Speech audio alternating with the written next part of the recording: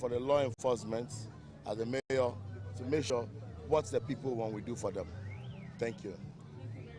But then the arrangement you're talking about, are you talking about rebuilding something else or making structures in place?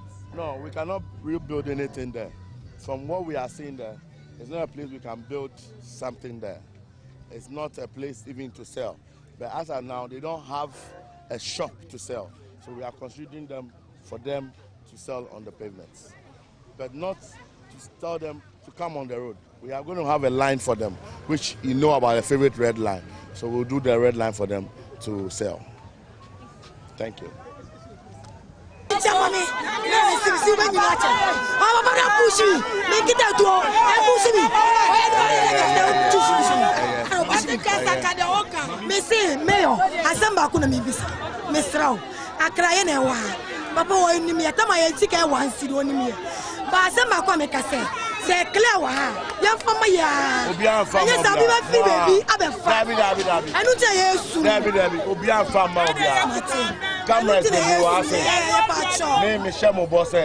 Nobody's going to give the space to anybody. Me catch them. Me Jessica will be our Abai assassin and tongue. 80. Me Shamo Bosse.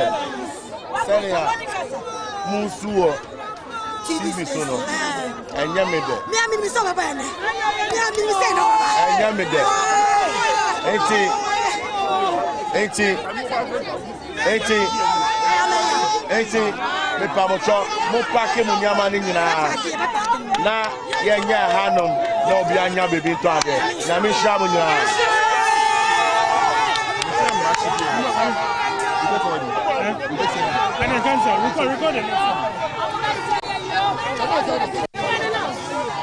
me you containers na free o nyina free o me you containers na wo ni nyina free o no. Say, why was the containers? One say, Mbana moto ade wo dwom no. Musha, di congestion na no. Me start here no. Me press conference dem say obabi. And I me catch them say program na here na 9-day wonder. It's something that we'll be doing it. But the entire containers we buy on no. Yen ya Ghana ni bi. And I say send ya Mbana work on so. He wants to do small shops. Obema aji sika kakaka na sika enye fees amuntumi rent shops no, so that obema onwa ton ade wo na kofo no mo ye on street no so no obi mo amanya line no man share no they can sell inside. But me say ye nuamba ni so mo mpe ni sa nso mo mpe ni sa no e me sunji sika bia enton asase mo bia nti yati asese mo mpe a e be ni omo pa mo yen papa John Dramani mama otie asem ukasa otie nti me try my yen frame say it's a minima said here so me yini amani nyina afio na containers nyina afio na I rearrange nyina amano na omaton mo nyama. I think it's a good idea, but next time communication e bi anko yie. One say em say mba no mo tia omo ye MPP ni NDC omo no mo ye MPP NDC but me am jai menim say mo be kaya emre bi ensuo fa voter region for ama na your president bi a o ka say voter region for to abamba no but yen papa John Dramani Mahama Your Excellency light of assembly no or ye buy nya light official so no on fa blame to obi aso or ye father for the nation or to two nyama fa blame to obi aso. So the same way emba na omukun omo MPP NDC no ye mamba say MPP NDC me ba say me John Ghana ntinia say be say ama oman ni mu adru no and na say me nya no pa we say ma ba say me yi containers in here for na I rearrange it with the lines na here no be anton na there. Now stands at $11.1 billion. And as I said, accounting for about 4.8 months of imports cover, which is up from 8.98 billion at the end of last year. We recorded a trade surplus of 4.14 billion in the first 4 months of 2025, with exports growing by over 60%, mainly from gold, cocoa, and oil. And I must admit, given the vulnerabilities that arise when your economy is virtually based on the exports of raw commodities, then you have to take measures to protect against the shocks that could arise. And let me say that we are currently working on a price hedging program, such that even if gold prices ultimately suddenly fall, we are able to limit the consequences therefore. Now, the current account surplus improved significantly to 2.12 billion as at the end of the first quarter of this year, and you can compare that to a mere 66 million during the same period last year. On remittances, inflows remain resilient, even though we have noticed some decline from April, and the Ghana's IMF-supported program has passed successive reviews. As you are aware, the fourth review was just concluded. We have had our sovereign credit rating upgraded, which was very welcome news. We are sure that before the end of the year, there will be further upgrades, and ultimately we should be ready to reopen to the international capital markets. Now, these outcomes represent more than just statistical improvement. They are a restoration of macroeconomic credibility, the kind that markets, that investors, and that citizens respond to with confidence. So, how did we get here? At the Bank of Ghana, we maintain a firm disinflation stance since we came in, raising and holding the monetary policy rate at 28%. We conducted active open market operations to absorb excess liquidity, and we enforced discipline in the foreign exchange market through structured FX options and forward guidance. One of the things we have introduced is greater transparency to what we do. And so for the past MPC sessions, we've welcomed a number of stakeholders from out there who want to observe what we do. And I must admit, what we do is highly technical. It's much more than a lot of people think of. And I remember the last MPC, we invited the president of GUTA. Did I hear he's here somewhere? I'm told he's here in the hall. He was there with us. He went through the 2 days of deliberations and arguments and all the presentations. And then for the first time, he understood that even if we say inflation targeting, it doesn't mean we do not analyze real sector data. The name inflation targeting is actually a misnomer. It doesn't adequately capture what is done under the framework. We analyze all sorts of data, all sorts of data. And if he's here, he'll bear testimony. At the end of the 2 days, we asked him to make a comment, and he said he never knew this was what took place inside our meetings. So we are welcoming more groups. If you want to attend, if you want to observe, you can attend. You can ask questions. You participate. The fintechs that are involved in the remittance business. And I believe that that approach is more efficient. We listen, we hear you, and together we agree on the reforms. And it should not be top down all the time, but it should be consultative. Let me assure you, this is the approach we are going to use going forward. So more of these debates. Anytime you put it together, we are happy to be part. Now, when I got in here this morning, somebody asked me, Mr. Governor, I want to ask you what you have been doing since you came in. And I said, yes, I welcome that very much. It's about 5 months now in the job. Remember, we came in at a time when the IMF program was actually, off track, virtually, derailed. Inflation was very high, if you remember, over 24%. The exchange rate was out of control. There was so much uncertainty. As a matter of fact, when we had the first meetings with the IMF team, there was a lot of pessimism. There was thinking about, should we just cancel the program and start all over again? But we decided to take the bull by the horns. And I believe that in the last 5 months, we've taken some very, very major decisions.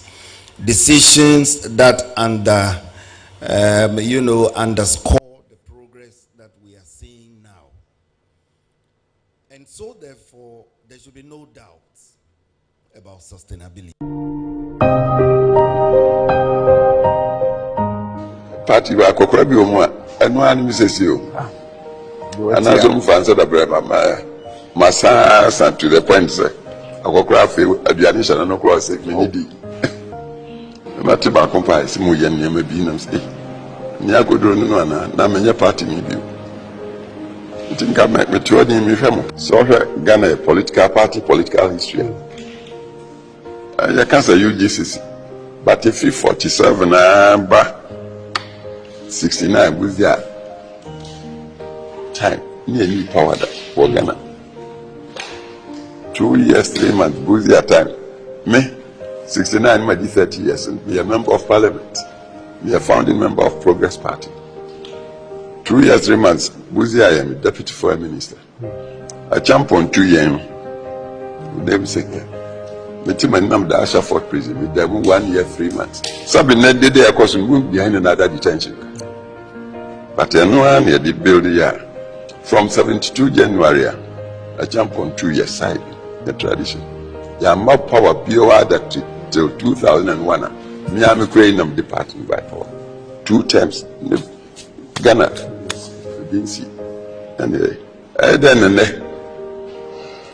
I bet you say, a young woman, a prepare woman.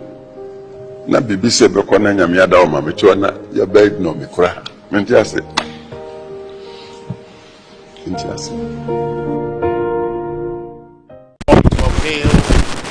the theme for our 2025 National Annual Delegate Conference of our party, which will take place right here on the 19th of July 2025. A very important assignment of the party enshrined in Article 10, 1 of our Constitution, that says that there shall be a national organization of the party, which would include the national or the annual National Delegate Conference, the National Congress, National Council, National Executive Committee, and the National Steering Committee of our party. The annual National Delegate Conference is the supreme governing body of our party. That's the apex of the decision-making body of our party. And according to Article 10(6), the National Annual Delegate Conference shall deliberate and make resolutions on matters such as deliberations on the National Chairman's statement to conference, the report of the General Secretary to conference, the statement of account of the National Treasurer of the party, and any other matter. And in this conference, a very important assignment is before us, which includes very significant exercise to reform our constitution or to amend our constitution. And if you recall, there are, I think, one major amendment outstanding from 2019, I should say, in Kumasi, where we're supposed to have amended the constitution, but that did not happen, and council or conference actually referred it to National Council to deliberate on and submit a proposal. That proposal was submitted to a committee that was created following the submission of the Professor Aaron Michael Kwe Committee's report on the election, the 2024 election. That report, which is a package of amendments from the 2029 Annual National Delegate Conference, and proposals resulting from the report of the Michael Kwe Committee and other amendments submitted by the party members are part of the bundle of amendments that this conference will consider. So this conference, given the background I've given you, matters flowing from the election 2024, the outstanding amendment from 2019, and the fresh amendments that have been brought, are designed to reshape our party, are designed, which amendments, if conference accepts, are designed to re-engineer the path of our party towards rebuilding for a stronger and a more resilient party in the future. So it's a very important conference that we are going to have here. And the reason why, for the first time, we've taken time to join with you to go through this exercise of unveiling the theme, to underline just how important this conference is and what the guiding torchlight is for this conference. The theme of the conference is the rallying point, is the call that we are assembling as a party to answer and to move from conference with that understanding and to build from there to a more rewarding and a more encouraging future for our party. So it's a very important assignment this morning. But before I go for us to unveil the theme, let me take a moment, this opportunity, to thank members of the Communications and Media Subcommittee, a lot of them who are here, for their dedication and tireless effort to bring this conference to us in a way, especially engaging with you, the media, to ensure that you have a very smooth coverage of the conference. My own able deputies are here, part of the committee. Madam Jennifer Oforiwa Quinn is here, very beautifully dressed. My good brother Kamaldeen Abdullahi is here with us. My own brother Dr. Asidu Kukro is here. The secretary to our subcommittee, Mr. Emmanuel Mensah, is here. My good brother Ebenezer Nete, senior member of our party and a member of the finance committee of our party, is here also. And also thanks to the main planning committee chaired by the Honorable Joe Seiwusu and supported ably by our brother Henry Nanabuachi. They're doing a very good job and we're supporting them as much as we can. We thank them and many, many other people who are behind the scenes supporting and working tirelessly, and their efforts, input, and insight have resulted in what we have today, which we believe is a theme that will guide the New Patriotic Party to the kind of rebuilding that we're looking for, to reposition our party as the darling party of Ghana, the political party of choice for Ghanaians. So with that, I would request the technicians to do us the honor.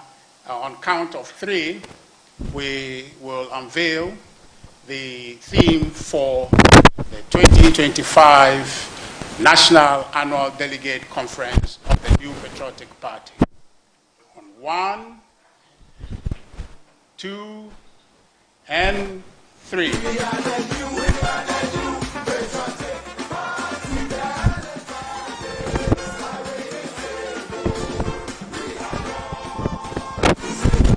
Well, you can sing the song.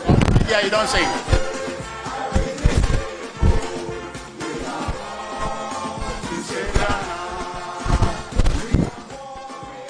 The media is very neutral, eh?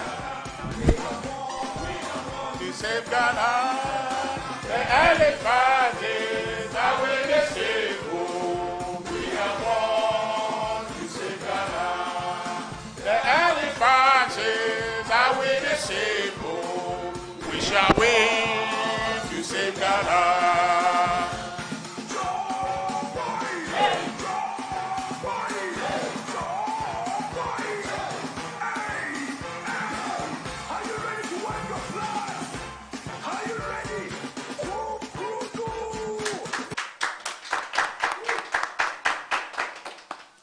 Thank you very much. My colleague, your name is not even here. We have heard it in the rumor mill that you are going to be facing the appointment committee. And this is what you want to be doing. Your name, when you came to meet Dr. Zanato here, and for the founder, the owner of the party, for some strange reason, it appears your name is coming, and you will not, even they've delayed in the names. You came to meet Helen Tosso. No, leader.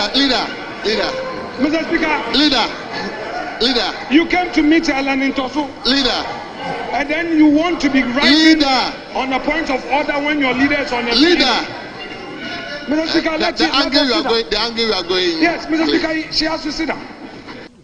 As there's only 14% women in this House, Mr. Speaker, some of the statements he made are also going to be in the hazard. Mr. Speaker, I'm sitting here speaking on behalf of the women. Honorable Professor, I've given you the floor. Contribute to the statement. That's what But before I contribute to the statement, Mr. Speaker, Professor, I would like to very much have that part of the conversation, of the discussion expunged, because I was being attacked when I had not said a word. I was just standing up and waiting to catch your eye. Mr. Speaker, it makes it very difficult for the women. There's only 14% of us in this House. So when we stand up and we speak, and we are getting veiled threats and also passive-aggressive behaviors towards us, Mr. Speaker, it makes it very, very, very difficult for us women to speak. So, Mr. Speaker, I really respectfully want to put this on the record, that I was unprovoked. I did not provoke that comment, and I also feel that I'm offended by it, because I did nothing to deserve that. Government is broke, government is broke. The people are spending billions to go inside the government that is broke.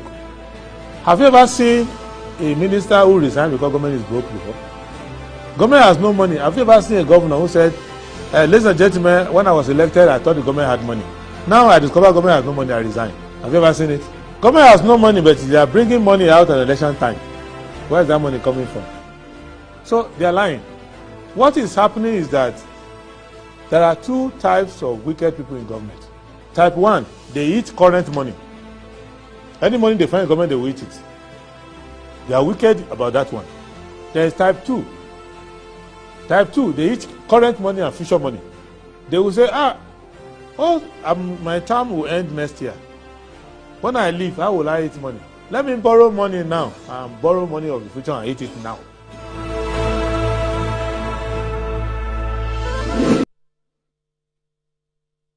So today is the 16th of July 2025. Good morning, good morning, good morning. Welcome to the show. This is Good Morning Ghana. My name is Audu Moro, and it's always a pleasure coming your way. It's a beautiful Wednesday morning. This is the day the Lord has made. Indeed, we're glad in it.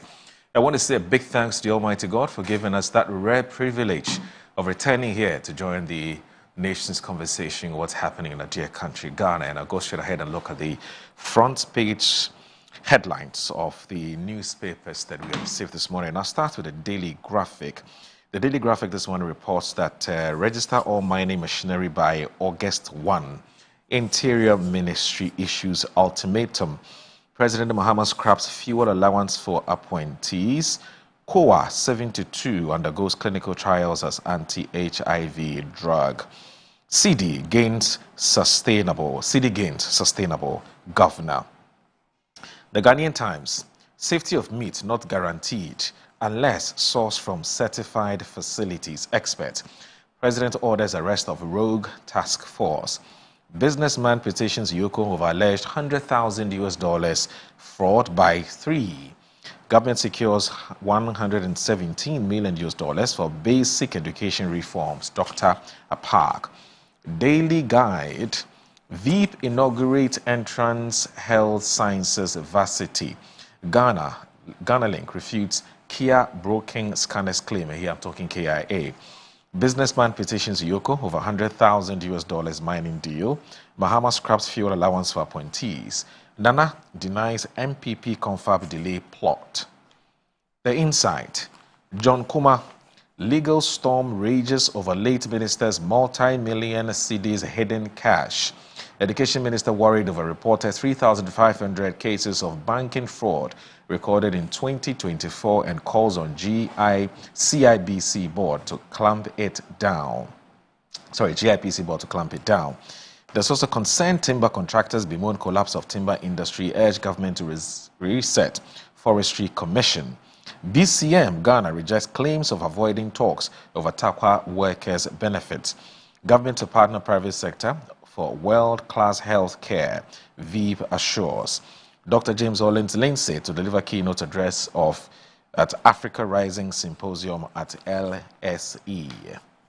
The Inquisitor, Ramadan Rice case, 4 granted bail. They may not travel with court's permission. KIA scanners fully functional. Ghana Link.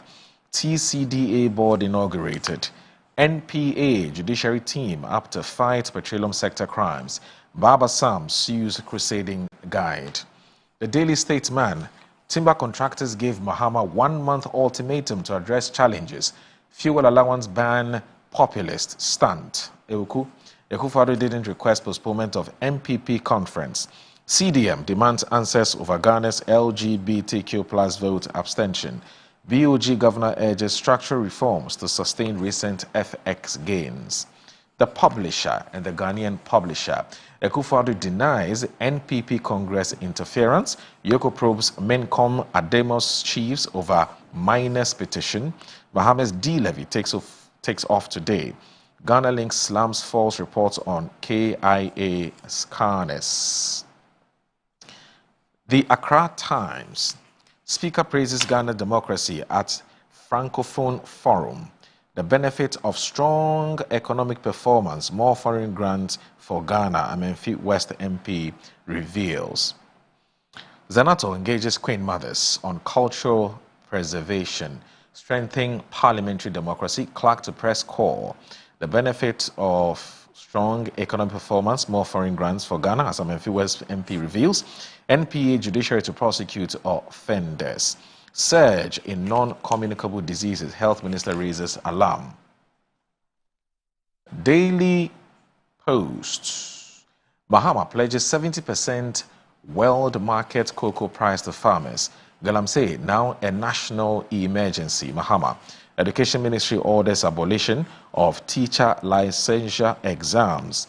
Mine concession scam. Yoko invites Minerals Commission boss Ademos CEO and board member over alleged 100,000 fraud. The Custodian. CDM demands answers on Ghana's UN LGBTQ plus vote abstention. Ekufuado to address MPP Congress virtually. 4.5 million per gallon Dumso levy starts today. Minority calls for fair, accurate media reportage. Help strengthen Ghana's democracy. Clerk to Parliament urges journalists. The Informer. Akwatia by-election. Interior Minister warns troublemakers. Ramadan Rice Saga 4 accused granted 800,000 bail. Go sing no more. MPP pardons Ekuya Efriye. Punish political galamsey kingpins. Coalition tells government. The Business and Financial Times. Dual track model best for supervising virtual assets. Dr. Tiahine calls for principles and risk-based approach to regulate crypto market as August 15 registration deadline looms.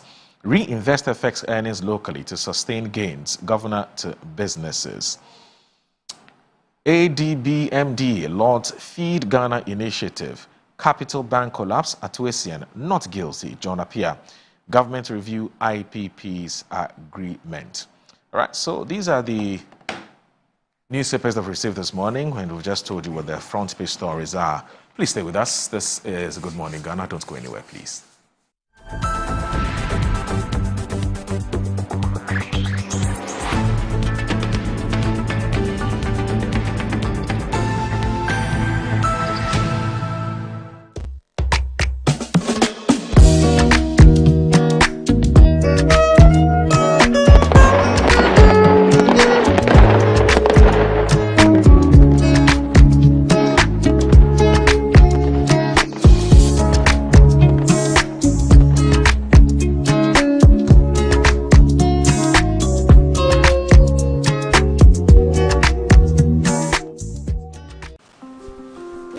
iPhone papa. Ye wo homa. So open iPhones accessories papa dia. Mention baby ya. Ba EBA phones and accessories. Sebani EBA, yeton iPhones any home accessories. iPhone 50 XL cost 16 Pro Max. Accessories ye wo charger, AirPods, any iPhone home akadie nyina. Nianoma ye ni sika pudu e de beto iPhone. Say ya nkwankre, boja, and na say abanye juma your phone nyina. For 40% beji iPhone biya ope.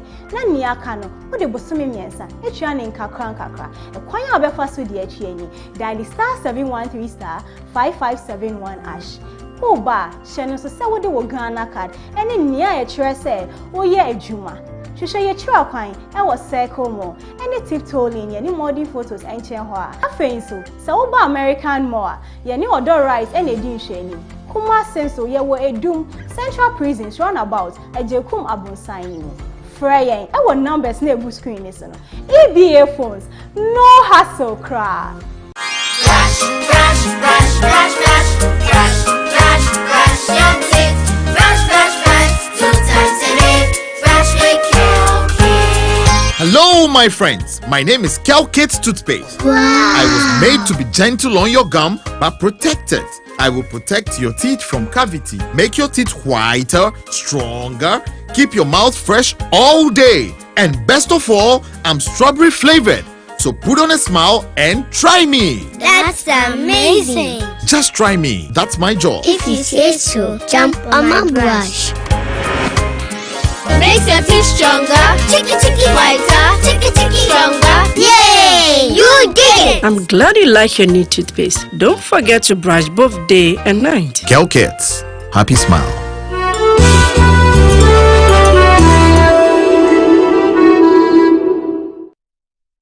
Buy affordable service plots and lands from estate masters. Currently selling our next cottage, located at the newly proposed airport city, with a starting price of 25,000 Ghana cedis.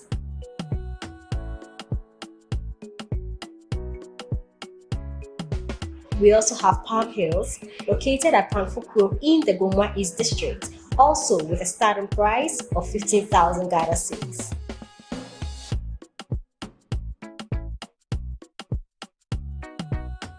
Available also is Coastal Park in Lakpleku, which is a 15-minute drive from the Ningo Senior High School, having a starting price of 55,000 Ghana cedis. You will receive a free site plan with indenture once you successfully purchase a land from us. For any enquiries, contact the numbers provided. Estate Masters, your most preferred estate partner.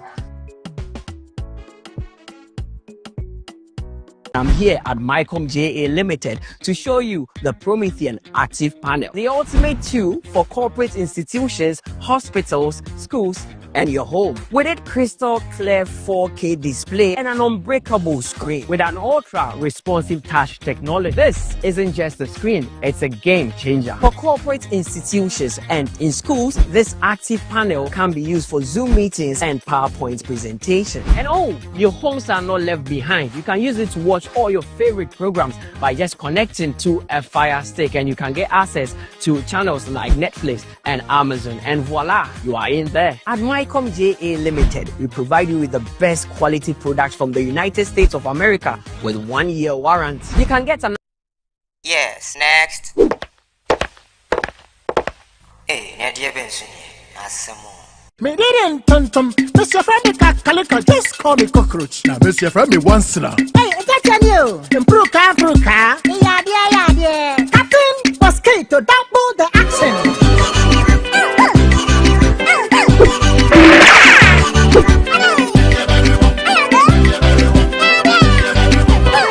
Me did it, Sasso spray. Mr. Friendly Sasso quell. Yeah, go to my Sasso.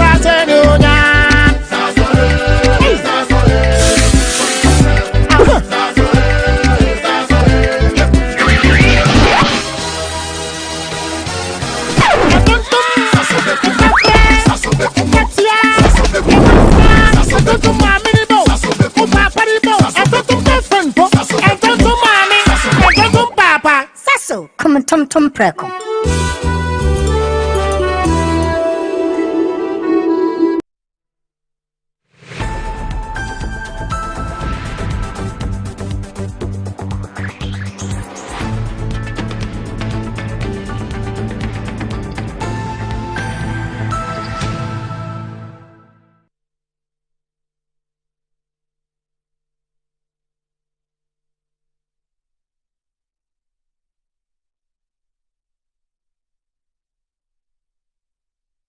All right, you're live on Good Morning Ghana on Metro Television.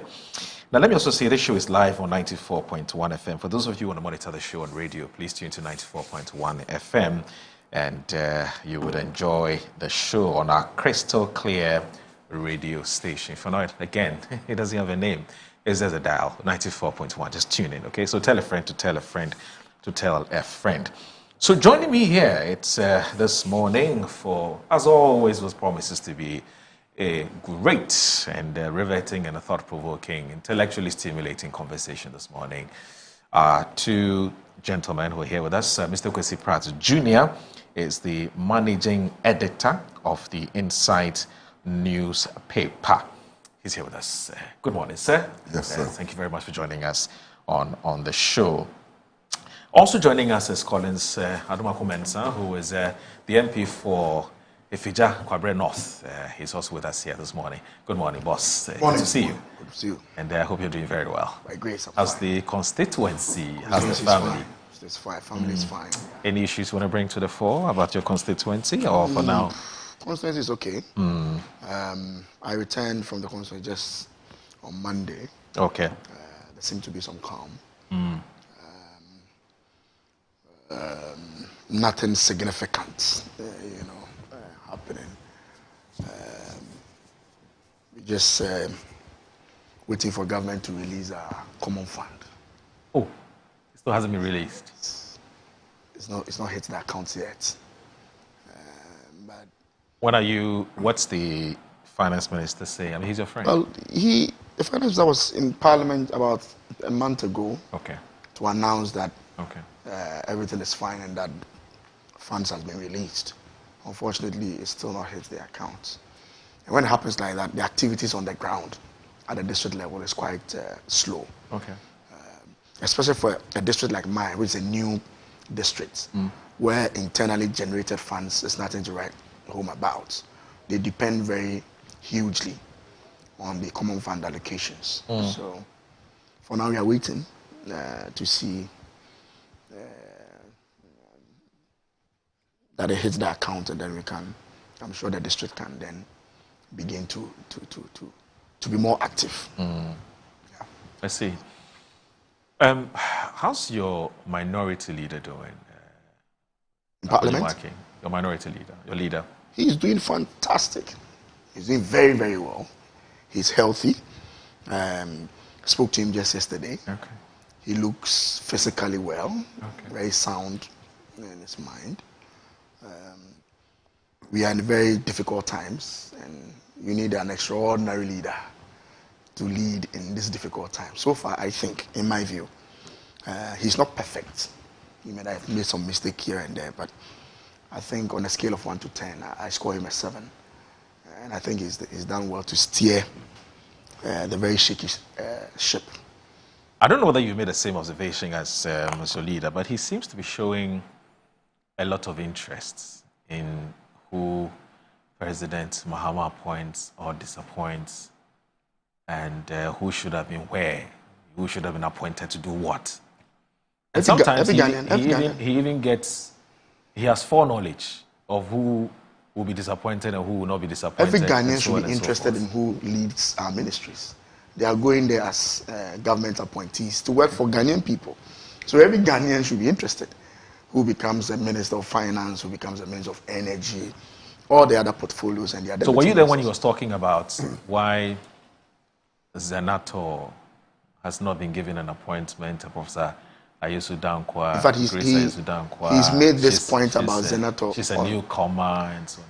He's made this point about Zenator on several occasions. I mean, you know why he seems to have taken some keen interest in Zenator? I may not know why, but sometimes in Parliament, I mean, even when the NDC won, I mean, you get an insight just by the performances of some of the MPs. You can tell that this person is going to go to the ministry. So sometimes when 1 or 2 people are disappointed, you kind of want to find out why. You know, I mean, for me like this, I never envisaged that Agaga would not be a minister. I always thought that James Agaga was going to be a minister. You know, when I didn't hear his name, I also realized how tight it was for the president with this regional balance and all that. So yes, it's nothing strange. Madam Zenato has been a key member of the Security and Intelligence Committee of Parliament from the 8th Parliament. She's been quite vociferous on the floor on those issues. A lot of people thought she was going to go to the Defense Ministry or something of that sort. So she's not a chair of that committee, isn't it? I think Agaga is. Oh, so I have to check because Agaga then was the ranking member. Yes. And she used to be the deputy ranking member. Yes. So in the natural order of things. Yes. Normally, you know, when you are a ranking member, you are like a shadow minister. Yes. And then when your government comes to power. Okay. But it doesn't work that way. It all depends on the president anyway. Absolutely. Those of us outside can only speculate and think that, oh, this person could have been a better person here or there. But it's all the prerogative of the president. Yeah. But for Afenyo's interaction and his excitement about Zenato, I think they have a very good relationship. Oh, okay. Oh, he shares a very good relationship. Yesterday, I realized whilst we were on the floor, he made a statement. He made a comment, not into the microphone. Okay. And then calling her a very friendly name, and then she covered her face and all that. And then what happened with Dr. What's her name? Grace Ayesu. Yesterday, I saw Grace approach Afenyo. Okay. Yes, she came, she left her seat, came to sit by Afenyo, you know, and they had a chat. They were laughing and all that. So I just want to appeal to the Ghanaian people. Sometimes what we see is not, it's not as it is. Sometimes we say things in the house just to create a certain sense of humor, you know, to bring down the tensions. And I saw her approach Afenyo Markin and they were having a very hearty chat. You know, there's no bad blood. No, not okay, at so all. she's the chairperson for the Security and Intelligence Committee. Okay, all right. Yeah, okay. But for the Interior, she's just a member. Okay, yes. Yeah, so I think Agaga chairs that. Yeah, chairs that committee. So she chairs the Security and Intelligence. And this security is a new committee under the new standing orders. Oh. Okay. All of it used to be under one Interior and Defense. And Defense. Yes, which used to have Agaga as the ranking. Okay. And her as a deputy ranking. I think when they decoupled the two committee here, then she's now the chair of that intelligence. So, but I just want to assure what happened was just one of those things in Parliament. And as I said, I've seen the lady, the deputy minister designate, come to Afenyo, and they've had a very interesting chat. They laugh about it and all that. I mean, despite describing Professor Grace Ayesu Danko as a newcomer. She's a newcomer. Yes. Yes, she's a newcomer. And yes, and wondering why she had been given an appointment ahead. Well, I was the first time. You don't speak for Alex. We need to. I'm just saying. I was a first-time member of Parliament. Yes. Nana Dankwa Akufo-Addo, His Excellency, graciously made me a deputy minister of energy. That's true. So there's nothing strange about first-timers. Yes. Asenso. Yes. Was a first-timer. Wachi was made a minister. Abu Jinapo was a first-timer. Yes. He was made a minister. Very big portfolio. So I don't think there's anything strange about first-timers becoming a minister. But so what was Alex driving at? What point was what I say is that Parliament, sometimes in the House, okay, you create a certain interesting atmosphere. Okay. And I'm saying that all that happened, the lady didn't take it too bad. She went back to Afenyo yesterday. They were having a chat, and nobody should read too much meanings into it. Okay. There's no bad blood. All right. It's normal. It's very simple. No. Okay, so you saw the video too. Well, we played it this morning. Yeah, I think we should just cut the theater and focus attention on the hydra-headed problems which confront us. It's a country in big trouble. And our politicians are driven more to theater, you know, than to proffering solutions to the problems that confront us.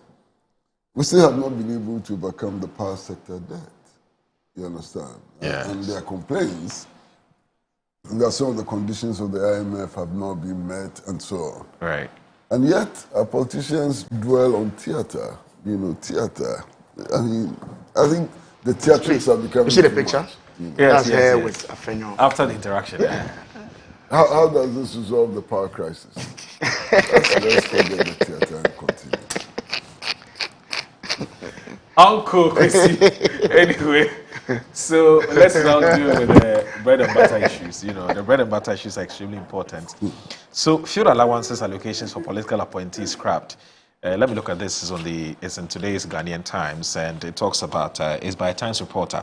As President John Dramani Mahama has cancelled the payment of fuel allowance and the allocation of fuel to all political appointees effective immediately. Now, the move forms part of broader efforts to reduce government expenditure and promote fiscal discipline. A statement signed by the Minister of Government Communication and Presidential Spokesperson Felix Kwatiofosu and copied to the Ghanaian Times in Accra yesterday said the directive was part of a wider cost-cutting strategy under the Mahama administration research agenda. President John Dramani Mahama has effective immediately directed the cancellation of payment of fuel allowances and allocation of fuel to all political appointees. The statement said, the latest cost-cutting measure follows sweeping reductions in the size of government through the appointment of fewer ministries and presidential office staff. Other measures have included stopping satellite TV subscriptions for officers at the presidency and other government facilities. The president in the statement stressed that sacrifices being called for from the general population must be matched by equal sacrifices from those in leadership positions. The president believes that leadership must also bear its part of the sacrifice. It is calling on the people to make the statement out. And you see that we put it up there on your screen, signed by Felix Kwatiofosu, who's the Minister of State in charge of Government Communications. Now, start with Uncle C. Some people feel this is some kind of a PR gimmick, but some also say perhaps these are austerity measures, justified austerity measures. But before you come in, please, let me just tie this story to this, and then you can look at both. Now, Mahama's D-levy takes off today. The story is on page 6. I'll just look at a paragraph or two because it's something that is of public knowledge. It said the government proposed 1 cedi per litre fuel levy is set to take effect today. Speaking to City News, Charles Danso, chairman of the Ghana Committed Drivers Association, said the levy is unsustainable and will drive many operators out of business. This is not just a 1 cedi tax. We are already paying 17.2% tax component, 17.2% tax component on electricity, which includes drivers. Now the government wants to impose another levy on fuel. It's unbearable, he said. If the government refuses to listen to us, we will have no option but to pass the cost on to commuters by increasing fares by 30%. Wednesday, July 16, after a brief postponement to allow for further consultations, the levy, aimed at restoring stability in the country's power sector, has faced strong opposition from the minority in parliament as well as key stakeholders in the transport and oil industries. However, the Coalition of Commercial Transport Operators is calling for the suspension of the policy, describing it as a reckless and retrogressive tax imposed without adequate stakeholder engagement. So I guess that we could put the two together and look at this more holistically.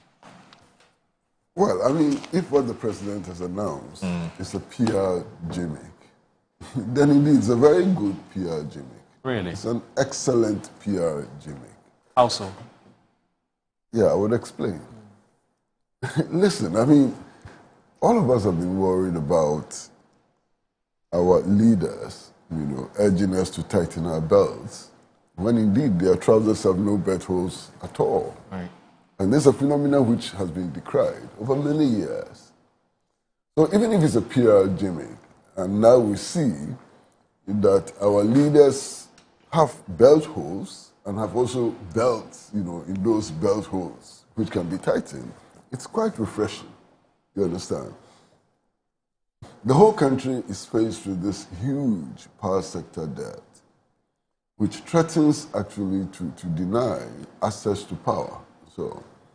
And the government, in its wisdom, has come to the conclusion that we need to impose a levy, in order to generate the resources to retire that debt, which is estimated at between $3.1 to $3.7 billion. So, even in announcing this measure, government comes up and says that, look, political appointees would no longer enjoy free petrol and petrol allowances, and that they should also suffer the consequences of the recklessness in the power sector over many years and so on. I think that's welcome news. That's something which we should applaud.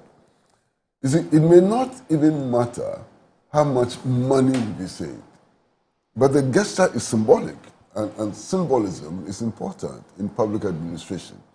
And I'm so very happy that the president came up with this directive. Now what we ought to do is to insist that it should be rigorously implemented.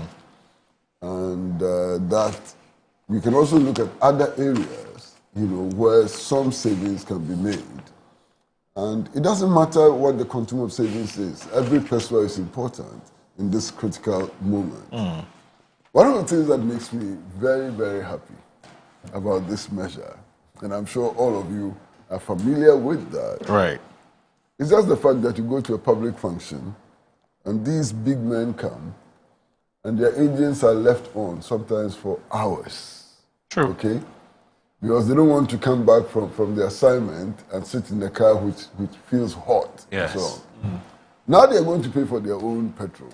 I'm waiting to see whether they're going to leave their engines running for hours. Now that they're going to pay from their own pocket. So that's a good measure. I mean, to all intents and purposes, I think that that's a good measure. It's a commendable measure. And even if it's a PR gimmick, it's a good gimmick which must be encouraged. Collins, I'm reading the Daily Statesman today, and I've seen what some of your colleagues have said. So you look at someone like the Ekrapim North MP, Sami Uku, who's your former youth organizer. He talks about the said fuel allowance ban populist stand. I'm sure that it's a view you share. It's a populist stand. Are you reading it or you're asking me my opinion? No, I'm asking my conversation. Oh, okay. Or you want me to read what? No, I thought you were reading. Or you are asking me a question. If you want me to do my submission, I can do that. I'll read what Sami Uku has said, and I'll ask whether you agree with him. So the Member of Parliament for Ekrapim North and former national organizer of the New Patriotic Party, Sami Uku, has described President John Mahama's directive to cancel fuel allowance for government appointees as a populist public relations gimmick intended to sway public opinion rather than address the country's fiscal challenges. Speaking in a media interview, Mr. Uku argued that the move, though widely praised in some circles, lacked transparency and failed to address the core issues around government expenditure. Clearly, if you ask me, I think there are more questions to be asked with this particular directive. I just see it as a populist. I see it as populist. It's just a public gimmick and a clear case of PR. He further stated that to genuinely demonstrate commitment to cutting costs, the government should also shut down the fuel depot at both the Castle and the Jubilee House. According to him, these depots serve as the main fuel sources for many government officials and political appointees. He also says, how much are we spending on this fuel allowance? Once we get to know, then at the end of the year, we can say that, okay, we've made savings of 1 Ghana cedi or 10 billion cedis or 100 million cedis. But without that, you're just playing on our minds. That's what Sami thinks. So, a good morning to yourself, Monto and Kwesi. I saw the communication from the government spokesperson, and I've seen that you put it on the screen. So President John Dramani Mahama has immediately directed the cancellation of payment of fuel allowances and allocation of fuel to all political appointees. So effectively, all allowance has been cut. Immediately after the release, the Deputy Director of Communication, Madam Shamima Muslim, was on TV3, and she gives this rendition, and I would like to read that also. Scrapping of fuel allowances. Fuel will be provided to appointees for regulated official travels. Okay. The communication from the presidency says, effective immediately, all allowances, fuel allowances for all government appointees have been cancelled. Then the Deputy Director of Communications, in trying to explain the import of this directive, says that, oh, don't worry. The cancellation is not for all allowances, all fuel allowances. And that for regulated official travels, you'll be giving fuel allowance. Which is which? Which is which? Which is which? He says, maybe she can explain to us what she means by regulated official travels. I used to work at the ministry. So I'm going to Angomaso in the Ashanti region to check on the plants. Will I be given the full allowance? Is that a regulated official travel? I just want to understand. Will I be given a full allowance? I work at the ministry. I want to talk Gridco. I want to go to VRA. Will I be given full allowance? Is that part of the regulated official travels? I just want to understand. Now, in the same interview, she said government is yet to even quantify the amount of savings that will be made. And I can read that to you if you want me to read. Said all these decisions that have been done, talking about cost savings, she was asked, so how much are you saving? Since you say that certain regulated travels, government will still pay allowance, what is the cost savings that is going to be made? Say, oh, that we have not done. And that give us some few weeks. We are now going to calculate the benefit that is going to come up. Now she goes back to say that the cancellation is related to the day-to-day. So if I'm going from my house to the office, the full allowance that I used to get, maybe they'll give you a coupon of 300 or 500 Ghana cedi a week for your up and down. That if that is what they are taking out, they should just tell us. And let's calculate how much savings will be made on that particular one. Listen, bro, I am for every austerity measure that will help our economy to grow. But they should be telling us exactly what this particular measure is going to bring in. I'm going to talk about even the optics. Yes, I don't have a problem with that. Today, we are starting 1 Ghana cedi per liter. I hope you are aware that fuel prices have gone up today. Yes. But for this 1 Ghana cedi, the way the exchange rate is performing, I just listened to the Comac guy. He said it was possible that even with this window, prices could have fallen. But this 1 Ghana cedi has caused prices to go up. So government itself knows that today, strategically, Ghanaians are going to go through a certain hardship. So let me throw in this to say that, oh, the hardship you are going through, we as members of the government are also going to buy the same fuel that you are buying. I don't have a problem with that kind of media balance. I don't have a problem. And of course, when you are a Ghanaian and you hear that government is also going to tighten its belt, right? There's some good feeling about it. But I'm saying that the communication from both the director of communication at the ministry and his deputy leaves a lot of us in the dark as to what exactly this fuel allowance is going to be. Now she claims that the implementation paper or something is now going to come up. If you have not done all that, you have not even done your calculation as to how much you are going to save. Nothing has been done. Why this announcement? Because as we speak now, what is regulated official travel? What is regulated official travel?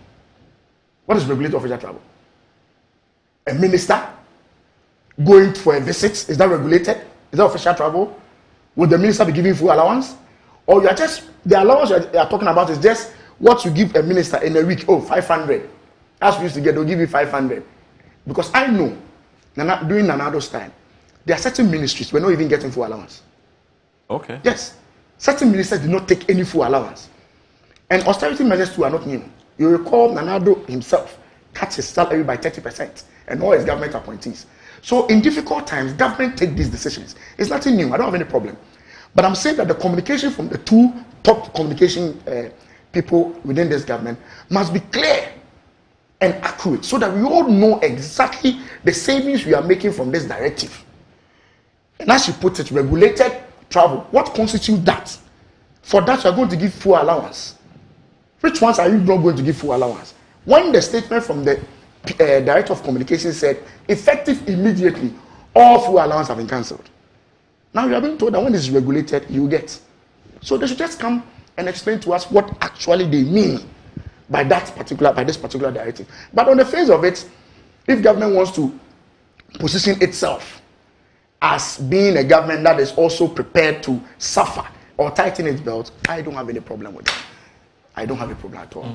I just think that they should just tighten the communication so that everybody is aware how much savings will be made. He said the savings will go into other productive sectors. The savings you are making, where is it going to? They should just complain. So let me ask you this. Is your challenge the exception which has been made to the policy or the rule or you say you want clarity on, on the exception? The communication that came from the presidency did not give any exception. I agree. Yes, did not give any exception. So Shamima spoke. Yes, this is the official communication from the director, Minister Felix, saying that President John Dramani effective immediately directed the cancellation of payment of fuel allowance and allocation of fuel to all political appointees. Then Shamima comes in to say that, oh, it is not a total ban. And that's some regulated official travel. So you're giving fuel. Which is that there are some circumstances where people begin to that is where we need that clarity. So we know that how much are we saving? Because if you say that this cancellation is just related to me moving from my house to the office, then how much savings are you making? Right. How much savings really are you making? Can you hazard a guess? Because you don't speak for government, so I don't. Yes. And I can understand the concerns that the Honourable Member of Parliament is raising. You know, one of the things in communication, basic communication skills, is that there ought to be consistency and tightness and so on. And you don't answer questions which are not necessary.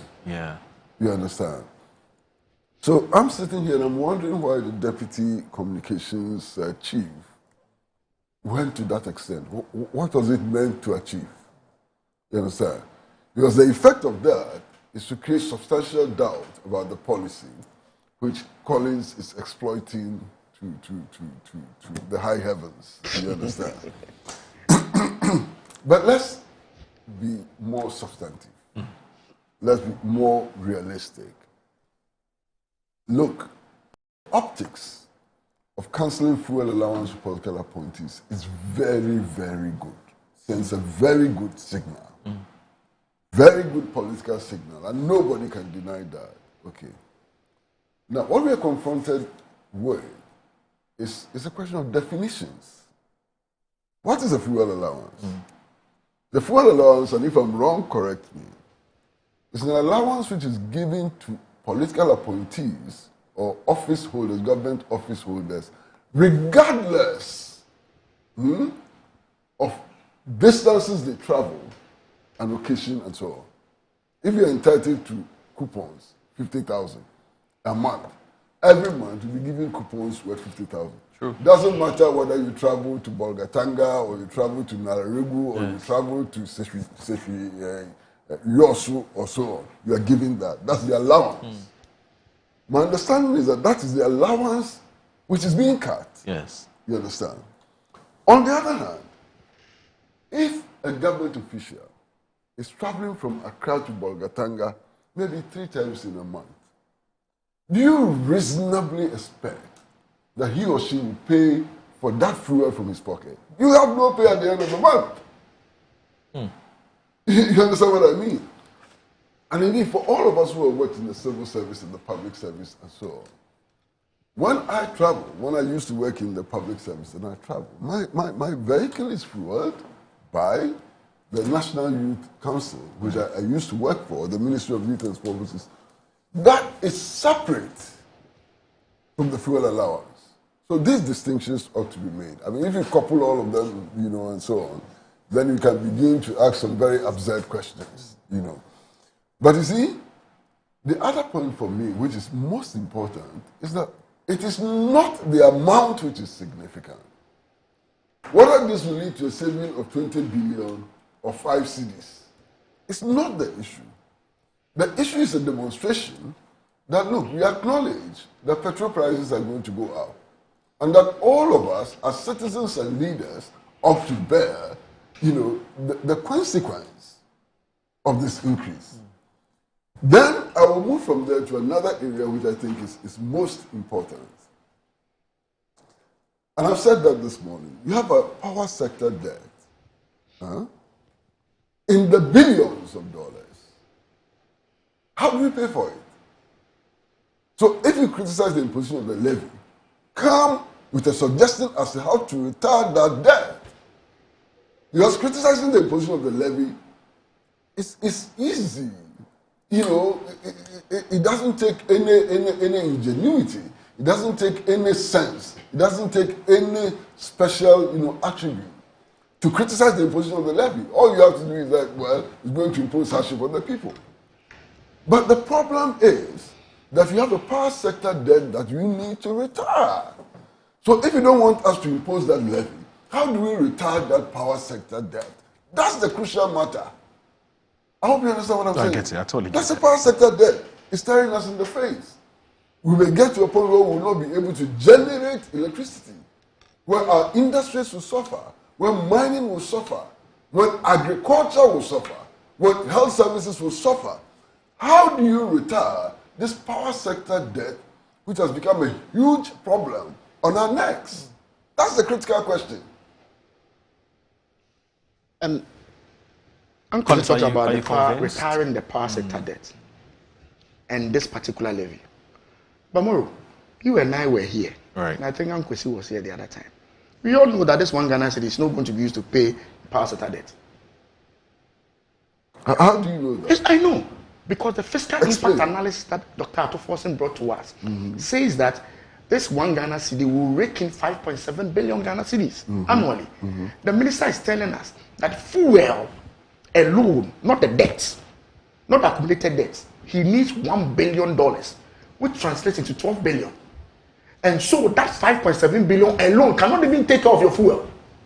Let alone to talk about debt. Master, I'm sorry to say this, but I have to say. No, but Uncle, please. I'm very sorry to say this, but I have to say it. I think you are engaged in acrobatics. No, Uncle. You are engaged in some verbal and mathematical. No, I'm not at all. I'm not. Uncle. Can I explain myself? Can I? Absolutely. With your permission. Oh, yes, you can. Okay. Yes, you can. Listen,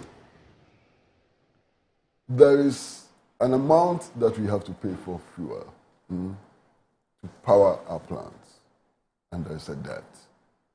Okay. So our actual commitment is the amount for fuel plus the debt. Yes. Not so. So if you institute a measure which actually takes care of your fuel consumption for the sector, is it not a measure towards retiring the debt? Yes, to some extent. It is. No, I also explain my point. All those expenditures add up to the debt. Add up to the debt. Yes. All those expenditures add up to the debt. And Right. all those expenditures actually affect the capacity to generate power. True. So if you're able to take care of part of it, which is the fuel, are you not in any way contributing to the retirement of the debt? You are, but I think his argument is that it's not substantial. It's not even about that. So then what is he saying? Should government have increased the 1 cedi levy? Maybe to 2. Because that's also an option. Yes. Or 5. Yes, or 5. If the money is not enough, then you can argue that they should increase the levy. Yes, because he cites or tax some other area. Yes, in order to generate because he revenue. cites the fiscal impact analysis, which is 12 billion. No, which is 5.7. Sorry, 5.7. Yes. And then we're also told the that will cost the us fuel alone, fuel. Yes. Forget about the legacy. It's 12 debt. billion. It's 12 billion. Yes. So this alone cannot even buy fuel. I agree. So the argument shouldn't be that the So one. then the government has been very considerate. No, then I'm saying that. So don't. The argument should not be that the 1 cedi is going to be paying legacy debt.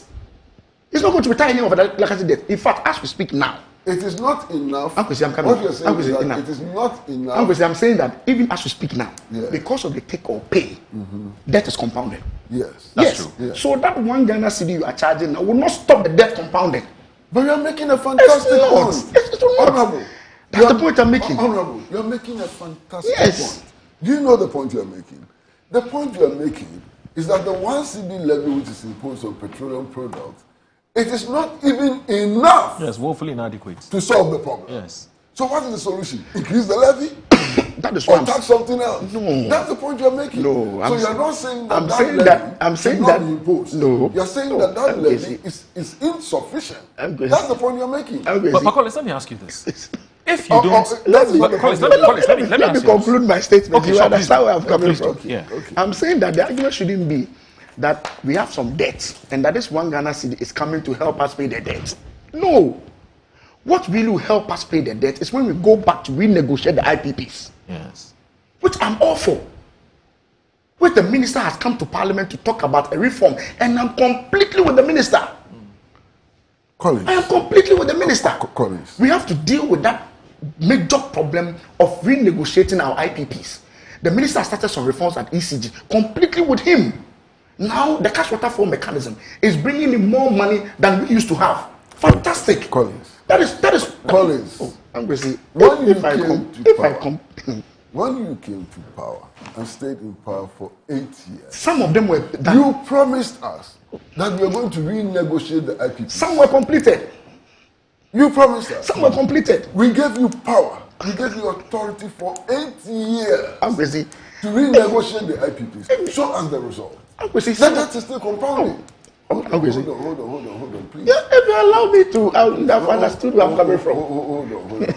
So you had power for 8 years to renegotiate the IPPs. We are still here. The debt is compounding. Look, me, and you can check my record, I was vehemently opposed to the privatization of all aspects of power generation in this country. Yes, consistently. I was opposed to it because it didn't make sense. This independent power producers thing is absolute nonsense. There's no reason why the VRA and other state institutions could not continue to generate power for our consumption. You understand? No reason whatsoever. But we decided to do it, and we reformed the power sector completely. Made VRA only responsible for hydro generation, brought in IPPs and so on, decoupled ECG, we created Gridco, yes. and so on. Created a mess, created a complete mess. All of this restructuring that we did, under the marching orders of the IMF and the World Bank, where has it taken us? It has taken us to the point of crisis where today we face the possibility of a shutdown of power generation. So I'm opposed to all this IPP stuff and so on. Okay. You know, I'm not supporting it. I'm opposed to it. You understand? But the point I'm making is that given our current regime, given our current situation, what do we do concretely to help us retire this ballooning debt? Your argument is that what we are going to generate from the imposition of a 1 CD levy would not be enough. And I agree with you, it will not be enough. The Minister of Finance says that it will not be enough. Now, if it will not be enough, the question to pose then is that what do we do to generate enough resources to retire the debt, to pay for fuel, and to make sure that we can continue to generate power? And just for information, we see the new ECG tariff increment. For the first time, they've included alternative fuel as part of the tariff adjustments. I've seen that. Yes, I've seen that. Yes, but some 2.7%. But I know Crown says no, the 2.7% is the general figure. Yes. But about 30% of that has been included in the electricity tariff adjustments. It's a modest start, isn't it? Yes, but I'm just I for information. I don't think that the president will disagree with you, or the energy minister will disagree with you when you say that the levy is not sufficient to completely retire the debt. Yes. Who will disagree with you? Nobody. But then if it is not sufficient, you don't poo-poo the measure. What you do, you should ask the question, how can we then generate sufficient resources to give us guaranteed supply of power? That's the question. No, but Uncle C, I don't think he's poo-pooed the measure. I think his point, and if I understand him, I think his point is that let's set the record straight. Absolutely. Let's not tell the public that this 1 CD per liter is to pay legacy debt. To pay the legacy debt. No, it's meant to help pay the legacy debt. So it's meant to help. I think that's better. But lawyer. More out. Lawyer for all. I think that's where. The IPP negotiations. It is something that must be, and I'm happy when the minister made mention of it, even in the budget. Yes. That they intend to continue. Yeah. There were some who were very close to concluding. Some we concluded. So I think that the focus really should go to that aspect of this whole energy crisis. Now again, it's about the gas. I'm happy. We started the process of getting a second gas processing plant. We couldn't conclude. Yeah. When this minister came, he set up a committee to do it. I spoke on radio. And I said, it's fantastic. Because when you get the gas, it will help you to take away almost 50% of the cost of fuel. Just 2 days ago, E&I completed their maintenance work. It has increased the gas supply. I'm hearing Talo also wants to increase their gas supply. Because when all these ones come on stream, even the $1 billion that you need to buy the fuel, you may not need all. Because then there will be a lot of gas. I'm saying the focus should be in those areas. Because if you continue to say you are levying, it's not sustainable. It's not sustainable. Knowing very well that the levying will not even help you to pay off even 1/3 of the debt. So you are just overburdening it's a fair point. the Ghanaian people. You're overburdening the Ghanaian people. That's the point I'm making. So let's refocus our attention. You see, and that's why on the floor I said, I'm not for this levy. Because I think that it will not solve the problem your memorandum is talking about. It will not. It will only burden the Ghanaian people. The focus for me, and as I said on the floor of Parliament, is that what we started, we finished some. Quickly complete those negotiations, renegotiations. ECG was with us at a committee. They said, Mr. Members, if ECG is completely efficient, 100% efficient, they collect all their money, everything, they'll still make a loss. True. Why? Because where they are buying the power from, it's more expensive. And that is where I think we should go to and see how best we can change that narrative. You get a point? Change that narrative in order for the cost in getting the power to be reduced. Okay. That is one of the ways to Uncles, get. Can I take a breather? I beg you. I need to. Because I should have done this 2 minutes this ago. point he has made has to be contested. I agree with you. So Uncles will contest that point shortly. Please stay with us. This is Good Morning Ghana.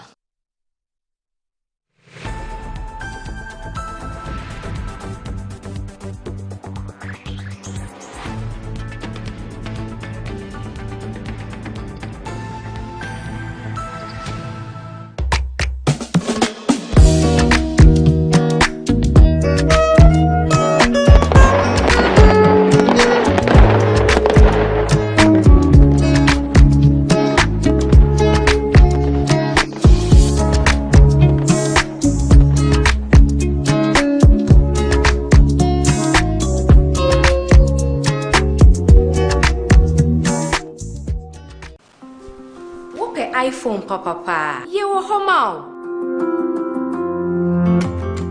So open iPhones accessories papa dia. Mention baby ya. Ba EBA phones and accessories. Sebani EBA, yeton iPhones any home accessories. iPhone 50 XL cost 16 Pro Max. Accessories yewo charger, AirPods, any iPhone home akadie nyina. Yanoma ye ni sikapudu e de beto iPhone. Say ya nkwankre, boja, and na say abanye juma your phone nyina. For 40% beji iPhone biya ope. Na ni aka no, wo de bosome miensa. Etua ne nkakra. E kwan ya obefa so de achi enyi. Dial *713*5571#. Oba, shenu so say wo de wo Ghana card. Eni nia ye kire say wo ye adwuma. Hwehwe ye kire kwan e wo circle mo. Eni tip tolling ye ni modern photos enchen ho a. Afein so, say wo ba American Mall, ye ni odo rice eni edi nhwani. Kuma senso ye wo edum Central Prisons runabout ejekum abonsan ni mo. Freyen, our numbers na ebu screen is no. EBA phones, no hassle cry. Sometimes the unexpected happens and the hero falls down in his own story. But he needs not stay down for long. Cosmopolitan Health Insurance is your trusted health partner. Whether an individual building a business, with Cosmopolitan Health Insurance, your medical care is our concern.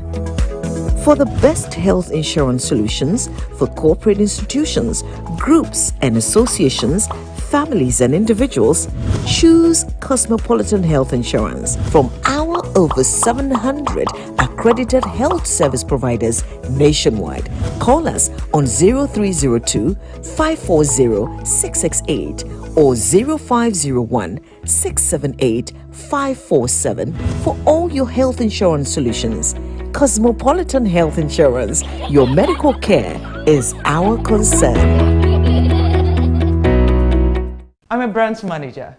Color verification and overall printing excellence are assured. 20 years of printing excellence. It's always a pleasure working with you to create a vibrant, dazzling printing experience that gives you a masterpiece. Appointed Time Printing, your world of quality and affordable printing. Wabedum time aso. Hey, J. Watch it, na learning. Missy, watch and learn. Makwaya mabesisia. Abozege. Akache say no ya konate and the more drink woman. Hey. But I didn't mean. Oh, sorry. She knew her old days. Eji. Dabio, baby wom. Ready. Hey, baby wom. Uncle. Ah, Eji. I'll cause some discomfort. Ah. Uncle. Sorry, well, uncle, where would the dad? Why a funeral? At to phone for Aerofield Trading. Sorry, it killed them all. No mum share nanda danya was mosquito call esudu womunumu. Na say spray with them musa. Try sima edronum ansana ko dynamo. And Kratoi FDA ajatum.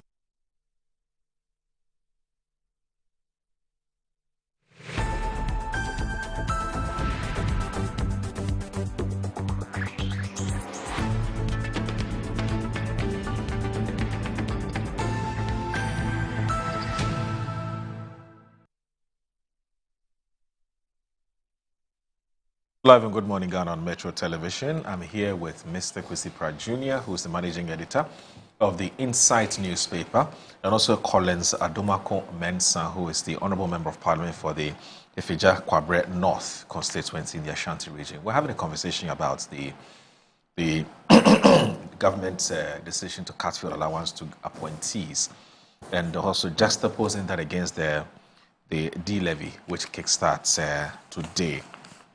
And that's what the conversation is about. So, obviously, you said there was something you want to rebut. Yeah, I mean, not really rebut, you know, but to attempt to see if I can shed a little more light. Okay. You know, when there are problems, especially when they are big problems, right? There's what is called the stopgap measure or measures. They are not the solution to the problem, but they give you some respite. Okay. So you can look at problem solving, you know, from two angles. Right. Stopgap measures and measures which will permanently, to a very large extent, resolve the problem that you have. Right. I see this levy as a stopgap measure. You understand? This levy is only a stopgap measure. On a permanent basis, we have to rethink our whole energy, you know, architecture. That's what we need to do. And I've heard, I mean, from President Kufuor's time up to now, some conversations about building a nuclear plant and so on. That fits into rethinking of the whole energy, you know, architecture. I've heard about green energy, and some efforts have been made in that direction and so on. That's rethinking the entire energy sector in order that we will not be accumulating such debts. Bottom line, we have to decide whether things which are so very important to our survival, like power and so on, should be left in private hands. We have to think about that. How do you manage your power sector? Who must be responsible for the production of your power? And how do you generate resources to keep it alive with the view to improving the quality of life of your people? How does it relate to job creation or job generation, whatever it is? How does it relate to health services? How does it relate to tourism? How does it relate to national infrastructural development? So then you have a comprehensive view of power, not just as a means of turning off lights and switching on lights and so on, but as a vital activity which is necessary for improving life generally. You understand? Now, the current arrangement we have is troublesome. You see, the current arrangement we have is that you have businessmen who may know next to nothing about power generation, just businessmen, investors, who have invested in buying plants. Okay, they've just bought generators, and they've come and installed the generators in Ghana, and they've gone back to relax comfortably in their homes and offices and so on. They brought the generators here, they've installed them here. So whether you like it or not, whether they generate power or they don't generate power, you are paying these businessmen comfortably, and they are collecting billions. You are paying them. You understand? They don't even have to buy fuel. Yes. These so-called independent power producers, they don't even have to buy fuel. You tax your people, generate resources, and buy fuel and put in their plants, and they just sit home and coolly collect. You know, at the end of the day, they may collect enough to cover the cost of the plant that they have installed. Mm-hmm. It will be covered, and then they will still keep collecting and collecting in perpetuity. Is that how we want to generate power in this country? It doesn't make sense. Now, I look at the problems that we have, you know, and I like to go back a bit. And I go back to the 7-year development program of Kwame Nkrumah's government. Master, if you go back to the 7-year development program and you read it today, it's as if the program was written today or yesterday. All the problems we have with the power sector, generally with the energy sector and so on, are clearly identified in that document. And solutions are provided in that document. You know, unfortunately for us, on February 24, 1966, we had a group of brigands take over power and decide to reverse everything, including the things which would save us from the current problems that we encounter. Do you know that by February 24, 1966, the Soviet engineers who were going to build the Bui Dam project were already on site? They drove them away. We already had signed an agreement with the Soviet Union, which was going to build a nuclear power plant here. What happened? They brought some English expert who said that Akosomo was enough for us and that we should not be worried about power generation anymore. And we canceled that project. We've now gone back. I think last month or so, we sent a delegation to Russia to go and renegotiate or to find out the possibility of building that nuclear plant, which Nkrumah envisaged in the 1960s. Can you imagine? So sometimes I sit back and I say, look, one of our biggest problems is that we have leaders who stopped thinking a long time ago. We have leaders who think that thinking is too difficult an exercise. So they stop thinking. Look, every now and then, if you travel to, is it upper east, every now and then, the Burkinabes spill water from the Bagri Dam. Yes. It destroys farms, it destroys houses, you know, causes general havoc. Do you know that there's a plan to build another hydroelectric power plant somewhere around Sabulugu, is it? Yeah, I think so, it's around Sabulugu. So that when the Burkinabes spill water, we can hold that water there, use it to generate electricity, and use it for agricultural production, irrigation. It makes a lot of sense. Right. There are some experts who say that, oh, the power it will generate will not be adequate and so on. But you see, you have to look at the power it will generate, the value of the power it will generate, in addition to the improvements in agriculture. Yeah. You don't look at just power. You look at power in relation to agriculture. You look at power in relation to the standard of living of the people in the region and so on. So the total picture. The total picture. Yeah. You know, we should be, instead of inviting independent power producers and so on, and making people millionaires and billionaires and so on, we should have been focusing attention on that. Of course, let me admit that these machines were brought in, generators were brought in, at the time of a national emergency. And because there was a national emergency, we couldn't always behave rationally. Because our backs were on the wall. Our backs were against the wall. Yeah. And so I can understand that. Yeah. But you see, that is how many years ago? That's 10 years ago. Mm.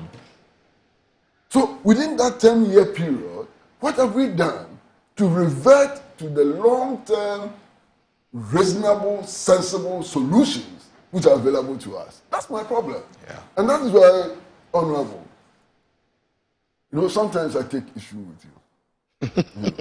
I mean, not with you as an individual. person, I yes. mean, you are reasonable.